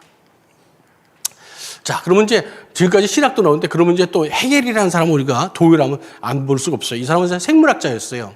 그리고 이제 여러분 알죠? 정반합 이런 걸 했죠. 그런데 이 사람이 있을 때 뭐가 있었냐면요. 이 영국에 진화론이 있었거든요. 적자생존. 그걸 딱 보더니 이 사람도 머리가 또 좋아요. 저게 사회에서도 저게 적용되겠다 하는 생각을 합니다. 사회 질화를 주장합니다. 소셜 다이니즘을 주장하죠. 그런데 그때 그걸 탁 받아들인 사람이 누구냐면 히틀러가 그걸 받아들이는 거예요. 그래서 국가 이념을 탁 합니다. 그래가지고 아리안적 최고 딱 그래가지고 우리가 독일이 전 세계를 지배해가지고 인간들을 갖다가 우성으로 딱 깔자. 그래가지고 우생학을 이제 그 국가 이념을 채택하게 됩니다. 그러면서 많은 사람들 아우슈비츠 여러분 아시죠? 600만 명을 죽인 거예요. 사람을 엄청나게 죽였죠. 그리고 여러분 이제 살다 보면 사람들이 이제 저희들이 저는 이렇게 좀 키가 작은 편이지만 큰 사람도 작은 사람도 있잖아요. 작은 사람들의 어떤 능력이 있고 큰 사람들 능력이 있고 뭐 지능이 좀 좋은 사람도 있고 안 좋은 사람도 있고 하지만 하나님의 형상을 갖고 있기 때문에 똑같은 존엄한 존재입니다. 기능으로서 그걸 따질 수가 없는 거예요. 그런데 이 사람들은 우생학은 기능적으로만 따지는 거예요. 그러면서 인종 청소를 시작합니다. 암환자들 다 죽였어요. 정신병자들 다 죽였어요. 이때 이제 동성애자들 많이 죽였거든요. 그러면서 이제 동성애자들이 우리는 그런 아픔이 있어, 이런 그 트라우마가 있어 주장을 하는데, 뭐 그때 사는 사람도 아니잖아요, 그 사람들은. 그리고 또 이제 범죄자들도 많이 죽입니다. 그리고 안락사도 정당해요. 이게 이제 적극적 안락사를 해가지고 유대인들 많이 죽이죠. 그런 이제 프랑시스 셰퍼 이제 우리 목사님 이런 얘기를 해요. 야, 세계 조사하면 철학자긴 한데 절대 진리와 절대자의 개념을 파괴한 파괴자다. 이런 이제 표현을 합니다. 이제 이게 독일에 이제 신학이 몰락하면서 이제 우생학을 도입하게 되는데, 진화론이 바탕되는, 진화론 유물론을 바탕되거든요. 이게 이제 나치의 기초 철학이 됩니다. 그래서 이제 유전학은, 이제 우생학은 이제 긍정적 유전학, 부정적 유전학, 이렇게 두 가지 나눕니다. 이제 포지티브는 뭐냐면 인간을 개조하자 그래가지고 막 좋은 종족을 만드는 거예요. 그러니까 이런 걸 갖다가 이제 포지티브라고 그러고, 네거티브는 야, 안 됐으면 죽여. 다 죽이는 거예요. 이제 두 가지 형태로 이제 나타나는데, 대표적인 게 이제 인류가 생명윤리에서 이제 결정적으로 터닝 포인트가 탁 되는 게 전범 재판, 뉘른베르크 이제 재판입니다. 독일 가시면 뉘른베르크라는 도시에서 전범 재판을 했어요. 근데 거기서 많은 의사들이 여기 가담을 해서 인체 실험을 합니다. 그 인체 실험을 했냐? 우생학을 위해서. 어떤 실험을 했냐? 쌍둥이 실험 이런 거 많이 했어요. 그래가지고 쌍둥이 한 명한테 세균을 주고 한 사람은 세균을 안 주고 그래가지고 세균을 준 아이가 죽잖아요. 그럼 애를 죽입니다. 죽여서 해부를 해보는 거예요. 그래가지고 뭐가 달라졌지? 이렇게 보는 거예요. 그리고 한 사람은 소금을 주고 한 사람은 소금을 안 주고 한 사람은 소금을 과다하게 주고 뭐 이런 실험을 하는 거예요. 아주 잔인하죠. 그리고 여러분이나 저나 이제 동양인일 때 눈동자가 이제 갈색이나 까만색이 많습니다. 근데 저 사람들 생각에는 파란 눈이 우성해가지고 파란 눈을 어떻게 만들까 해가지고 파란 잉크를 눈에다 이렇게 주입을 해봅니다. 끔찍하죠. 이런 것들을 막 이제 한 거예요. 그런데 이 중에서는 이거를 다가 이제 자기가 양세밀 가책을 느끼고 회개한 사람도 있지만 끝까지 나는 명령에 순종했을 뿐입니다. 그래가지고 이제 전범죄에서 죽은 사람도 있어요. 이제 그 중에 그 대표적인 사람이 맹겔라의 죽음의 천사는 저 사람인데 저분은 끝끝내 안 잡혔습니다. 그래가지고 자기가 이제 그 자기 장인이 우생학에 이제 확 몰입된 사람이거든요. 그래가지고 전략적으로 이제 그 우생학을 해서 출세하려고 그런데 장가가지고 이제 저런 짓을 했는데 바로 왼쪽에 있는 저 맹겔레입니다. 그리고 이제 전범 재판하는 이제 모습이고 인체 실험하는 장면이 나옵니다. 이제 이런 것들은 이제 이런 시간 아니면 여러분 접할 게 없어서 한번 소개해드리는데 옆에 이제 요게 그 이 머리 수술하는 이쁜 쌍둥이 여자애들이 있죠.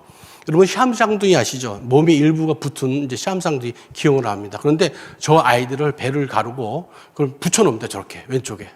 저 아이들이 3일 만에 죽습니다. 뭐 이런 실험을 해요. 그리고 동상 실험들, 그리고 사람 세워놓고 총 쏴가지고 이 총알이 몇 명이나 토가 되는지 이런 실험을 잔인한 실험들 합니다. 여러분 앞에서 그 건장한 여자 청년들이 서 있죠? 이게 이제 포지티브 이 우생학이라는 건데.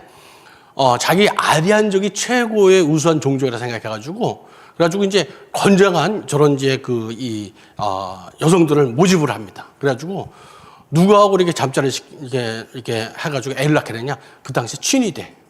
그러니까 독일에서 가장 똑똑하고 체격도 좋고 이런 정예부대와 함께 아이를 낳게 합니다. 그래서 그걸 갖다가 레벤스토론이라는 이런 인종 실험을 합니다. 실제로 저기서 낳은 사람들이 한 동네를 이루고 지금 살고 있습니다. 이런 이제 정말 하나님 보시기에 경악할 만한 이런 일들을 이제 하게 되는데 이게 왜 그렇게 되느냐? 바로 신학적 타락이 이 생명윤리의 타락과 성적 타락을 일으켰다는 우리가 반증이 되는 것입니다. 1990년에 동독과 서독이 이제 통일이 됩니다. 그때 당시에 이제 좀 대단했었죠. 근데 그것도 재밌어요. 한 사람이 그 어나운서를 잘못해가지고 그런 여러 가지 재밌는 이제 그 에피소드가 있는데 서독 사람들이 이 통일을 위해서 돈을 얼마나 준비했는지 아세요? 그때 당시로 우리나라 돈으로 700조. 그때 당시의 돈으로. 우리나라 2025년 그 예산이 700조가 좀 안 되거든요. 엄청난 돈이죠. 그런 돈을 통일 자금을 이제 가지고 있었던 거예요. 그 당시에. 근데 그걸 지금 돈으로 환산하면 어느 정도 되냐면 제가 해봤어요. 1300조예요. 1300조를 통일 자금으로 준비하고 있어서 서독이. 그런데도 통일되고 나서 엄청나게 갖다 붓습니다. 지금 이제 30년 동안 유로화로 3,000조 정도 되나요? 엄청난 돈을 갖다 붓어요. 그런데 제가 이런 걸 알았습니다. 여러분 성경 말씀에 이런 거 있잖아요. 귀신이 이게 쫓겨나갔어요. 쫓겨나가는 청소를 쫙 깨끗해가지고 이제 갈 데가 없어서 이렇게 보니까 내가 살던 집이 저 집이 깨끗하단 말이에요. 야, 친구들 다시 가자! 그래가지고 7 귀신이 와가지고 점령을 해버립니다. 이런 것을 내가 독일 경우를 통해서 알게 되었습니다. 독일이 통일될 것까지는 좋았는데요. 신학적으로 타락하니까 어떤 일이 벌어지는지 아십니까? 미국보다 더 빨리 이제 피임약을 허용합니다. 그리고 이혼을 합법화시켜버려요. 이혼이라는 것은 성경적인 이유에는 이혼을 사서는 안 되죠. 그러면서 하는 얘기가 뭐냐면, 이미 그 유생학을 맛봤기 때문에, 저 사람들이 그 전범 재판을 받고 그래도 회개가 안 돼요. 이미 그 머릿속에 다 박혀 있는 거예요. 그러면서 지금 하고 있는 포괄적 성교육, 그런 성교육을 벌써 60년대 시작합니다. 그리고 동성애 일부 합법화시켜요. 그리고 73년에는 포노를 합법화시킵니다. 포노를 합법화시키니까 낙태는 뭐 자연적으로 따라오죠. 그러면서 이혼, 무책주의 이혼을 갖다 이렇게 들어오게 됩니다. 무책주의 이혼이 뭐냐면, 이제 우리 이제 뭐 이게 부부 사이에 어떤 일이 있을 때 뭐 남편이 뭐 바람을 폈다 그러면 뭐 이혼을 하게 되겠죠. 그렇게 되면 당신은 유책 사유이기 때문에 재산을 얼마큼 부인에게 더 줘. 그리고 양피를 얼마 더 줘. 가지고 판결을 이렇게 탁 내거든요. 그런데 무책주의는 그게 없어요. 내가 바람을 폈어도 당신하고 살기 싫어. 그러면 똑같이 그냥 부인이 뭐 이혼 못했죠. 이거 없어요. 그냥 이혼하는 거예요. 그게 무책 이혼하는 거예요. 이런 애가 가정이 무조건 그냥 무너져 내려가기 시작하죠. 그들이 94년에는요, 동성애를 완전히 합법합니다. 좀 더 나아가지고 2001년에는 매춘업도 사회보험을 해줘요. 한때는 이제 뭐 어린아이들이 야, 너 커서 뭐가 될래? 그랬더니 저 어릴 때는 뭐 대통령이요, 국회의원이요, 뭐 이런 거 많았어요. 근데 좀 지나니까 연예인이어서 왜? 그때 돈을 많이 번다는 거였어요. 그렇구나. 그랬더니 요새는 너 뭐 될래? 유튜버야. 그래가지고, 그렇구나. 근데 여러분 생각해보세요. 이 사람들, 이제 저 사람들이 돈을 많이 번다 그러면 뭐 되냐? 그러면 말할 수가 없잖아요. 이런까지 왔어요. 그러더니 동성결혼을 갖다가 또 2017년에 합법합니다. 이제 거기서 지나가지고 19년에는요, 제3의 성을 이제 법적으로 인정을 해버려요. 그리고 이제 2024년 작년이죠. 자신의 성을 자기 마음대로 결정할 수 있도록 만들어버리는 겁니다. 그래서 제가 이제 안타까워가지고, 독일에서 독일에 참 많은 훌륭하신 분도 많잖아요. 근데 왜 저렇게 됐을까 해가지고 정말 신실하게 믿는 교인들은 없을까 해가지고 자료를 찾았더니 독일에서 딱 5% 정도만 하나님을 제대로 믿더라고요. 나머지는 그냥 교회에 그냥 들락날락 하는데 그냥 뭘 믿는지 잘 모르겠어요, 그분들은. 이게 독일어입니다. 근데 그래서 제가 또 얼마 전에 복음 통일을 위한 어떤 그 세미나에 강의를 부탁을 받고 조사를 했어요. 독일 저걸 제가 알고 있었기 때문에 우리나라 어떤가 해가지고 통일연구원한테 들어갔어요. 그랬더니 이런 논문을 본 거예요. 여러분 젠더 정치, 섹슈얼리티, 재생산 뭔가 냄새가 나죠. 이미 이 성혁명 세력들이 여기도 들어와 있다는 거예요. 그래서 그렇구나. 우리가 곳곳에 얘네들이 독버섯이 좀 들어와 있구나. 우리가 신앙적으로 깨어있고 우리가 살펴고 이걸 발견하지 못하면 이제 우리가 복음 통일이 됐단 말이에요. 그러면 이걸 가지고 걔네들 더 들어갈 거 아니에요. 얼마나 위험합니까? 바로 우리가 귀신을 쫓았더니 7 귀신이 들어오는 거예요. 이 성혁명 세력한테 우리 북한을 내어주면 안 되잖아요.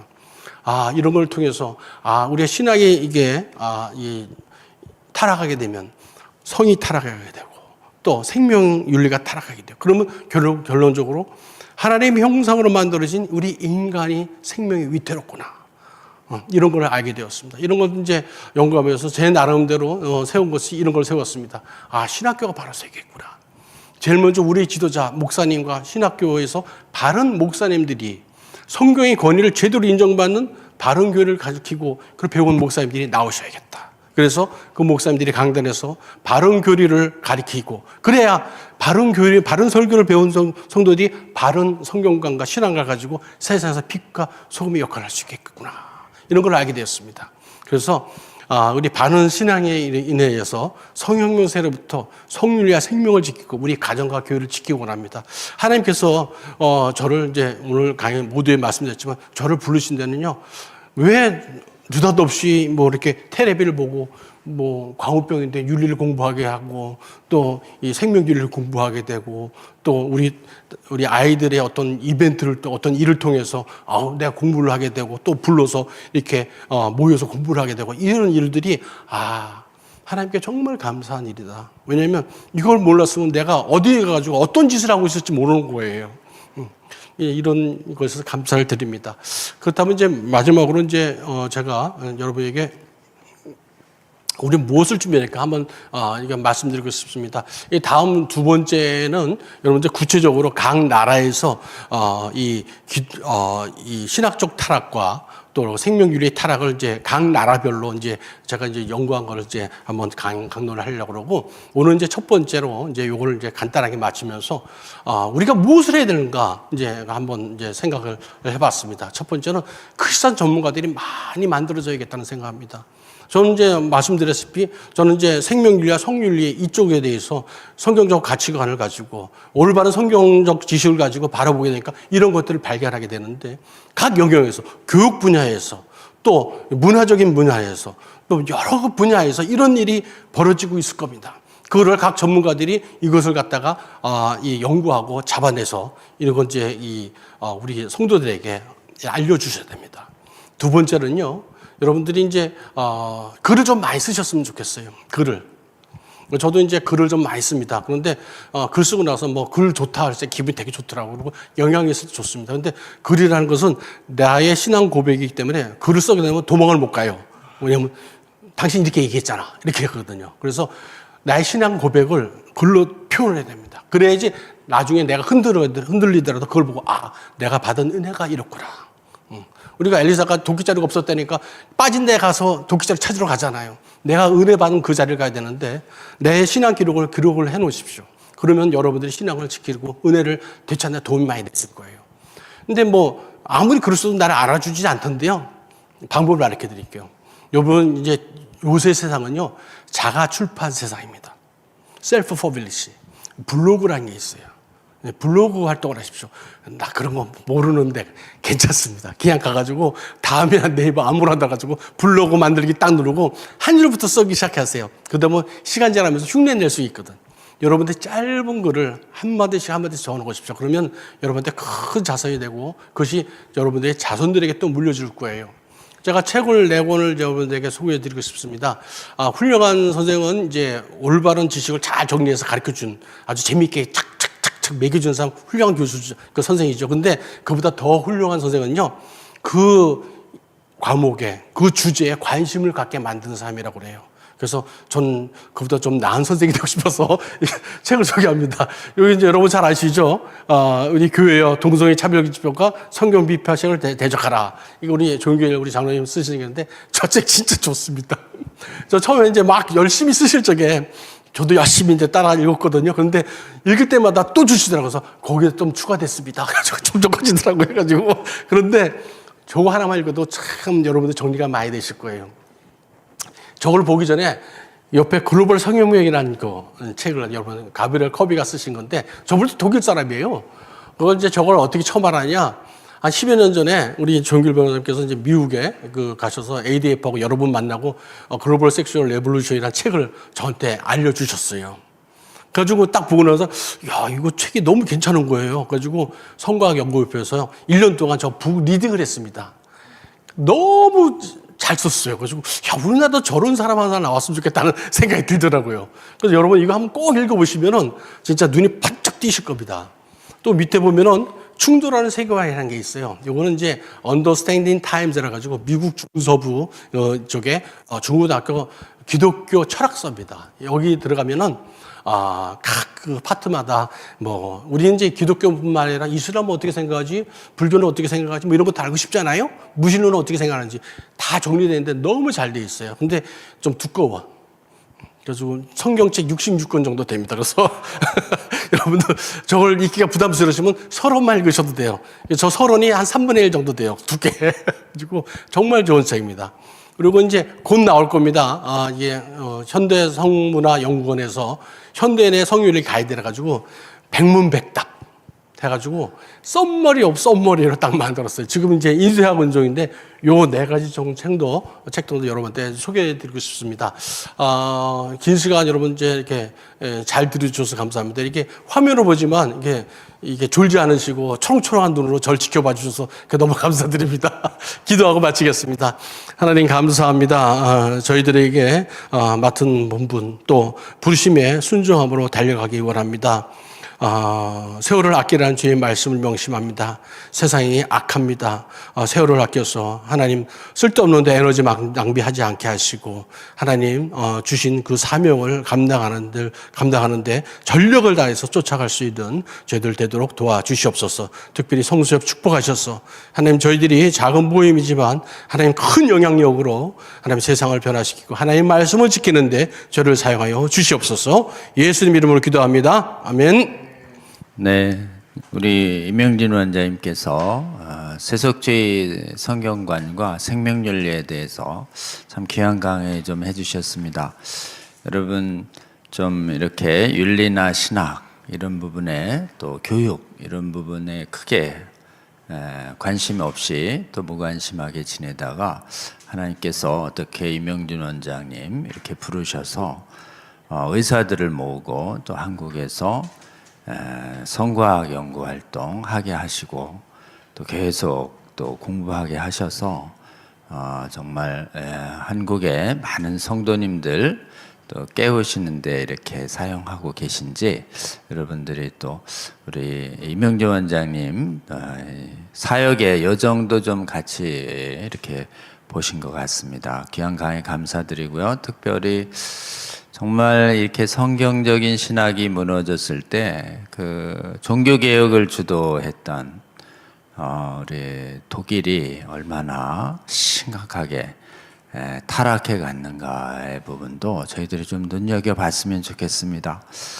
특히 프란시스 셰퍼는 1차 대전과 2차 대전을 통해서 유럽에 수많은 전쟁을 유발하고 또 이 지금 많은 사람들을 죽게 했던 특히 2차 대전은 아주 극심했죠.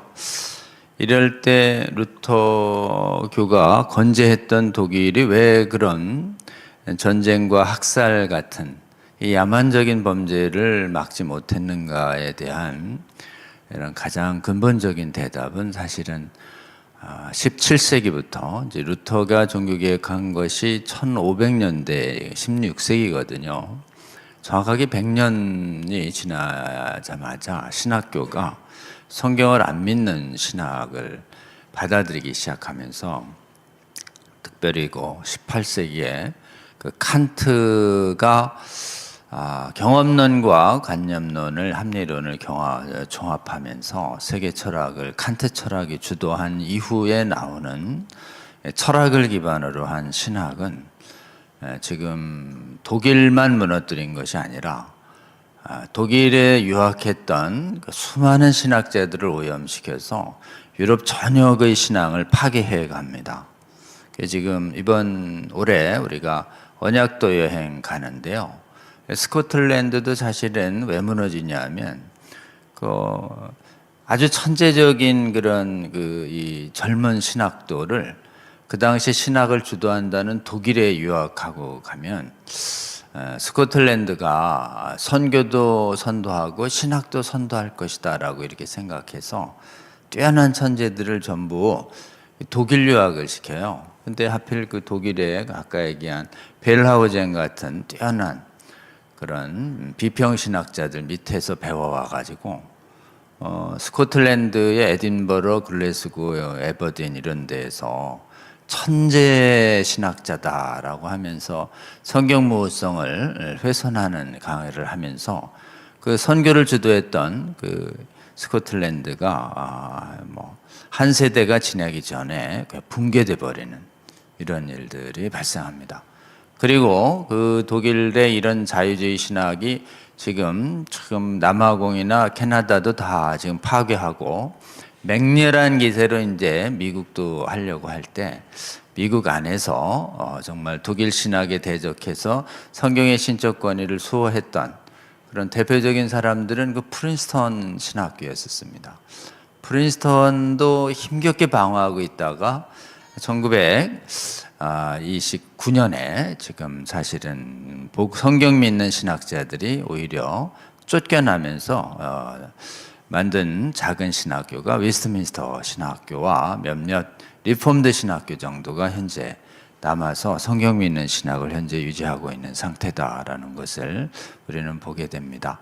특히 원장님 강의를 통해서 이 신학의 그 훼손이 어떻게 여러 가지 생명윤리와 관련된 그 끔찍한 잘못된 그런 법과 제도를 양산하고 있는지 우리는 좀 봤고요. 하나님의 은혜로 우리 이명준 원장님 비롯해서 한국 안에서 정말 성경을 잘 믿고 교회를 위해서 헌신하려는 소수의 우리 의사이신 성도님들을 깨우셔서 성과학연구협회 활동하시고 또 기독교 생명윤리 운동을 하게 하시면서 저희 법률가들과 이렇게 동역하게 해주셔서 저희 법률가들도 도전받고 2000년도에 복음법률가에 만들어진 것도 우리 성과학연구협회 활동에 많은 도전을 받았다라고 할 수 있습니다. 그 이외에 많은 이제 교수님들과 여러 가지 그 동성애 성전환 차별금지법 반대 운동할 때 의학적인 전문 지식에서 전혀 밀리지 않는 정확한 지식을 많이 제공해 주셔서 큰 도움을 받고 있습니다. 여러분, 우리 성과학연구협회 지금 한국에 기독교인 의사들이 많이 있습니다. 교회마다 의사이신 집사님들, 권사님들, 장로님들 많아요. 지금 생명윤리와 성윤리, 성경적인 윤리 막아서는 일에 의사분들의 헌신과 참여가 많이 요구됩니다. 그래서 성도님들 중에서 가족들 중에 우리 교회를 지키는 이 귀한 거룩한 일에 좀 참여하고자 하시는 분들은 우리 이명진 원장님 또 성과학연구협회에 연락하셔서 같이 많이 동역하는 일이 일어났으면 좋겠습니다. 이 시대에 의료선교라고 해서 단기 선교 여행 때 의료봉사하러 많이들 가십니다. 슈바이처 같은 일들 좋습니다. 그런데 슈바이처 박사의 신학은 절대 따라가면 안 된다. 그리고 육신의 질병은 일시적이지만 이 영혼의 질병은 곧 영생과 직결되는 심각한 문제다라고 할 수 있죠.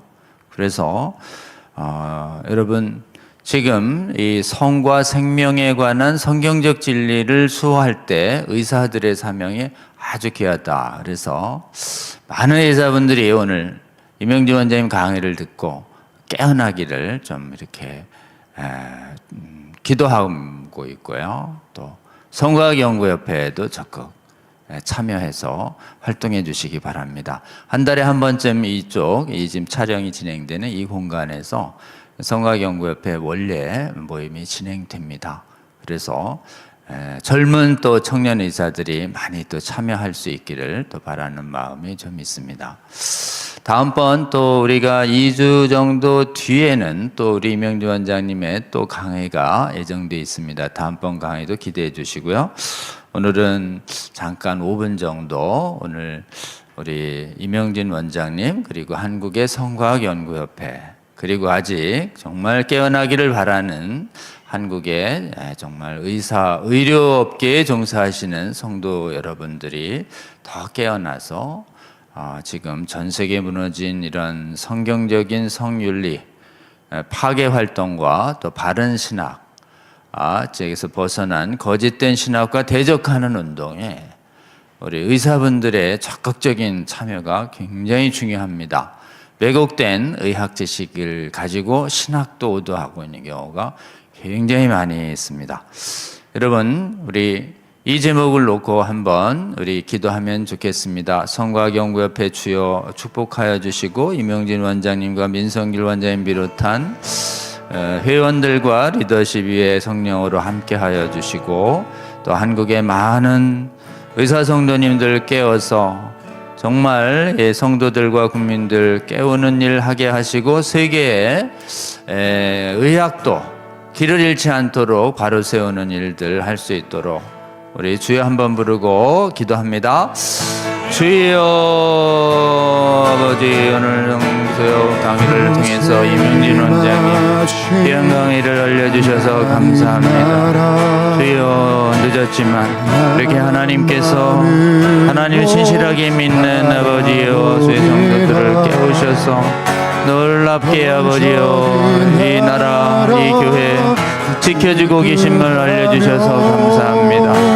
아버지, 성과연구협회 깨어 헌신하는 이명준 원장님과 민성길 왕자님을 비롯한 아버지여 주의 귀한 백성들을 아버지여 더욱더 성령으로 함께하여 주시고 하늘 문을 여시고 힘 주시고 아버지여 또 더 많은 젊은 의사들도 아버지여 후학들도 참여해서 아버지여 이 정말 성경적인 의학을 지켜내는 아버지여 의료인들 군대로 세워주시기를 원합니다. 주여 아직 이 나라에는 아버지여 아직도 잠자고 있는 주여 주의 백성들이 너무 많이 있습니다. 마른 뼈처럼 자고 있는 그분 불쌍히 여기시고 오늘 기강의를 들을 때 주여 의료인들과 의료인 가족들이 말씀에 의해서 각성되게 깨어나게 하여 주시고 하나님 나라를 위하여 간절히 기도하는 가운데 성령으로 충만하게 하여 주셔서 주의 백성들을 아버지여 성경의 바른 교훈과 진리로 보호하고 거짓과 미혹을 막아서는데 주여 아버지여 힘껏 싸우는 주의 용사로 세워주기를 원합니다. 주여 더욱더 많은 사람들이 거룩한 아버지 의료운동에 아버지 일어나게 하여 주시고 주여 이 운동이 아버지여 해외 아버지 수많은 의료인 분야의 성도들에게도 확장되어 그 나라에서도 아버지여 의료계에 종사하는 주의 용사들이 일어나게 하여 주시기를 원합니다.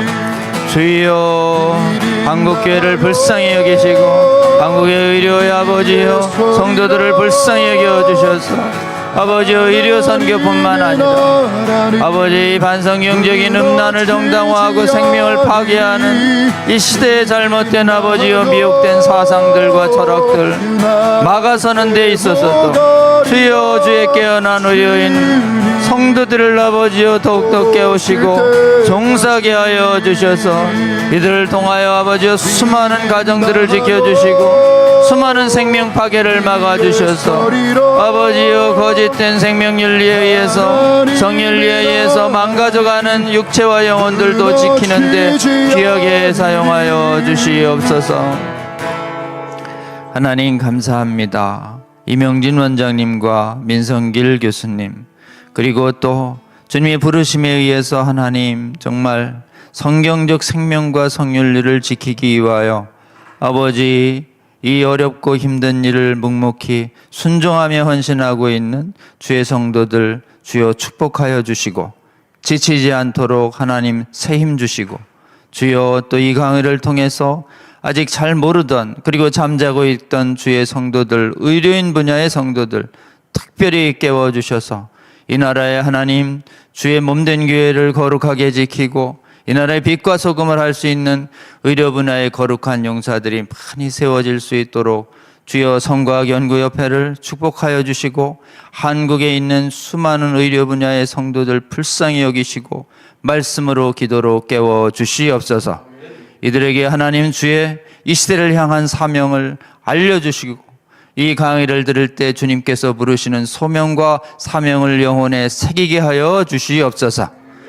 부르심에 응해서 아버지 적극적으로 주의 나라를 위하여 헌신하는 주의 거룩의 용사들이 일어나게 하여 주시고 이들을 통하여 하나님 한국의 교회와 한국의 이 나라를 거룩하고 아버지 하나님 대적하지 않는 나라 될 수 있도록 지켜 보호하여 주시옵소서. 이 나라의 의료 성도들을 깨우시고 아버지 이 나라의 교회를 국민들을 지키시는 주님의 놀라운 은혜와 역사가 해외에도 하나님 확장될 수 있도록 도와주셔서 주여 해외에 수없이 무너져 내리는 의료 분야의 아버지여 이 생명윤리와 성윤리를 지키시고 보호하시는 데에도 주님 한국의 귀한 의료 분야의 성도들을 귀하게 사용하여 주시옵소서. 감사드립니다. 예수님 이름으로 기도합니다. 아멘. 네, 고맙습니다. 또 다음번에는 우리 이제 이신열 교수님 고려대 신학 조직신학계 교수님이신데 아마 성경의 신적 권위에 대한 귀한 말씀 이렇게 또 주실 것으로 기대합니다. 고신대 이런 귀한 바른 신학 가르치시는 이신열 교수님 귀한 강의 기대해 주시고요. 다음번 강의도 잘 진행될 수 있도록 여러분 함께 기도해 주시면 좋겠습니다. 그리고 또 이번 주 목요일부터는 우리 하원산 기도회가 기도산에서는 기도를 하는 것으로 집중하고 그 다음에 지금 월요일 일에 있는 성순성 강의와 또 산에서 전하는 기도 말씀을 통합해서 매주 목요일 4시부터 2시간 성경적 전제로 성경을 바로 읽어가는, 그래서 이렇게 성경을 읽을 때 주의 하나님 나라를 지키고 수호하고 회복하는 용사들이 말씀을 통해서 수없이 우리 하나님으로부터 승리할 수 있는 힘 얻는 이런 성경 강론을 이번 주 목요일부터 시작합니다. 우리 관심 있으신 분들 또 마음 가시는 분들 꼭 참여하셔서 말씀으로부터 주님으로부터 큰 힘 얻어서 이 시대에 주의 몸된 교회를 지키는 용사가 되는데 큰 힘을 얻는 시간으로 활용해 주시기를 부탁을 드립니다. 여러분이 성순성 하원산 목요 강론은 우리 차희성 채널을 통해서 실시간으로 여러분에게 또 송출해 드리도록 이렇게 하겠습니다. 우리 긴 시간 동안 오늘 월요 성수협 정기강론에 함께해 주신 우리 성수협의 성도 여러분 감사드립니다. 또 다음 주에 뵙도록 이렇게 하겠습니다. 고맙습니다.